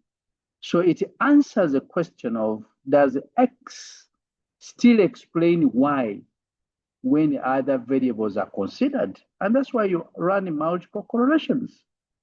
So why do the results differ? Right. Now, the difference in the results is not signaling an error. There is no error, and there is no epistemological crisis. It is a deeper truth about knowledge, right? Because the two are looking at different things. So, in other words, what are the reasons, right? One, you could be having hidden variables. Those are confounding factors. Correlation may show X and Y move together, but regression reveals the relationship was actually due to another variable, Z, in this case.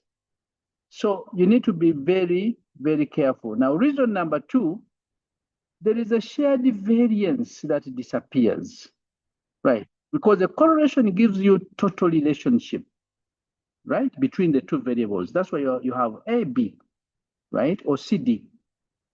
But when you bring in a regression, there's a unique contribution, and that's why you're looking at beta. In fact, sometimes, by the way, if you want to understand this very well, go and run a correlation between two variables and run a regression between the two variables. You see the beta coefficient for the two variables is similar to the correlation. But bring in a third one, things will begin changing.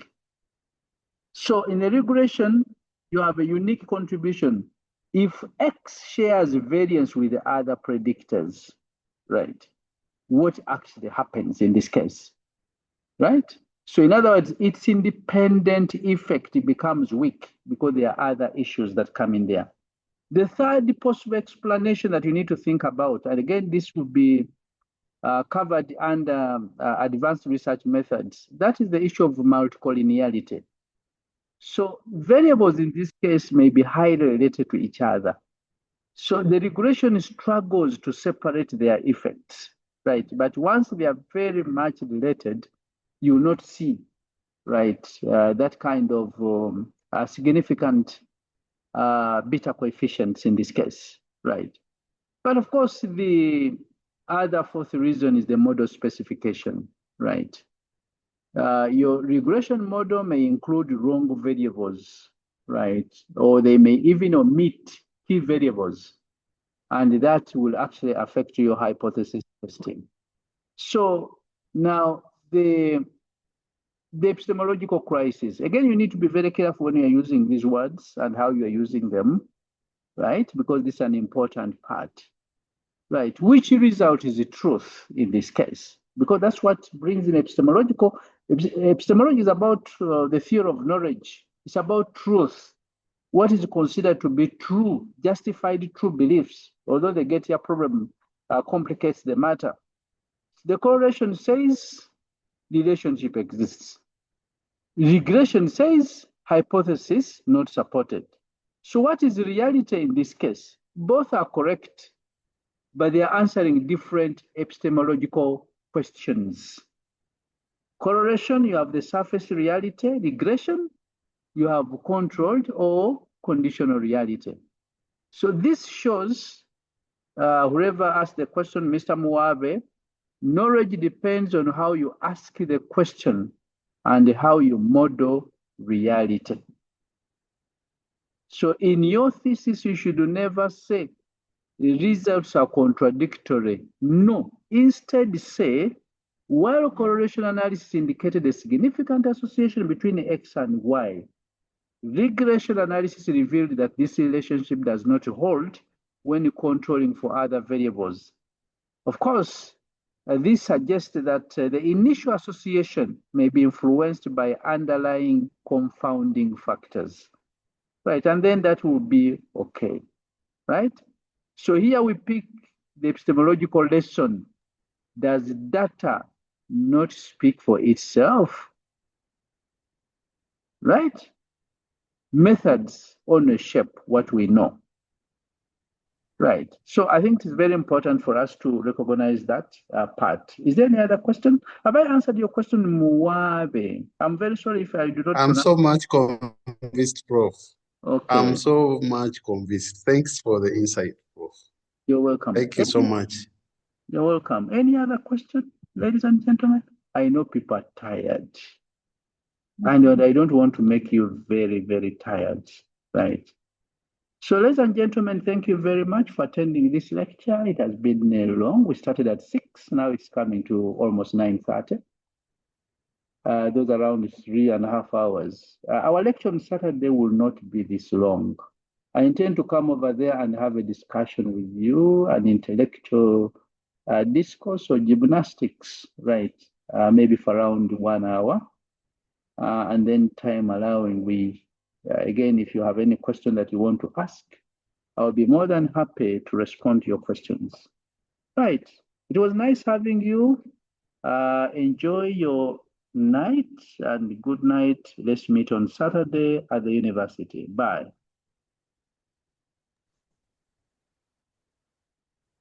Bye, Professor. Good night. Thank you so much, Professor. Good night. Professor.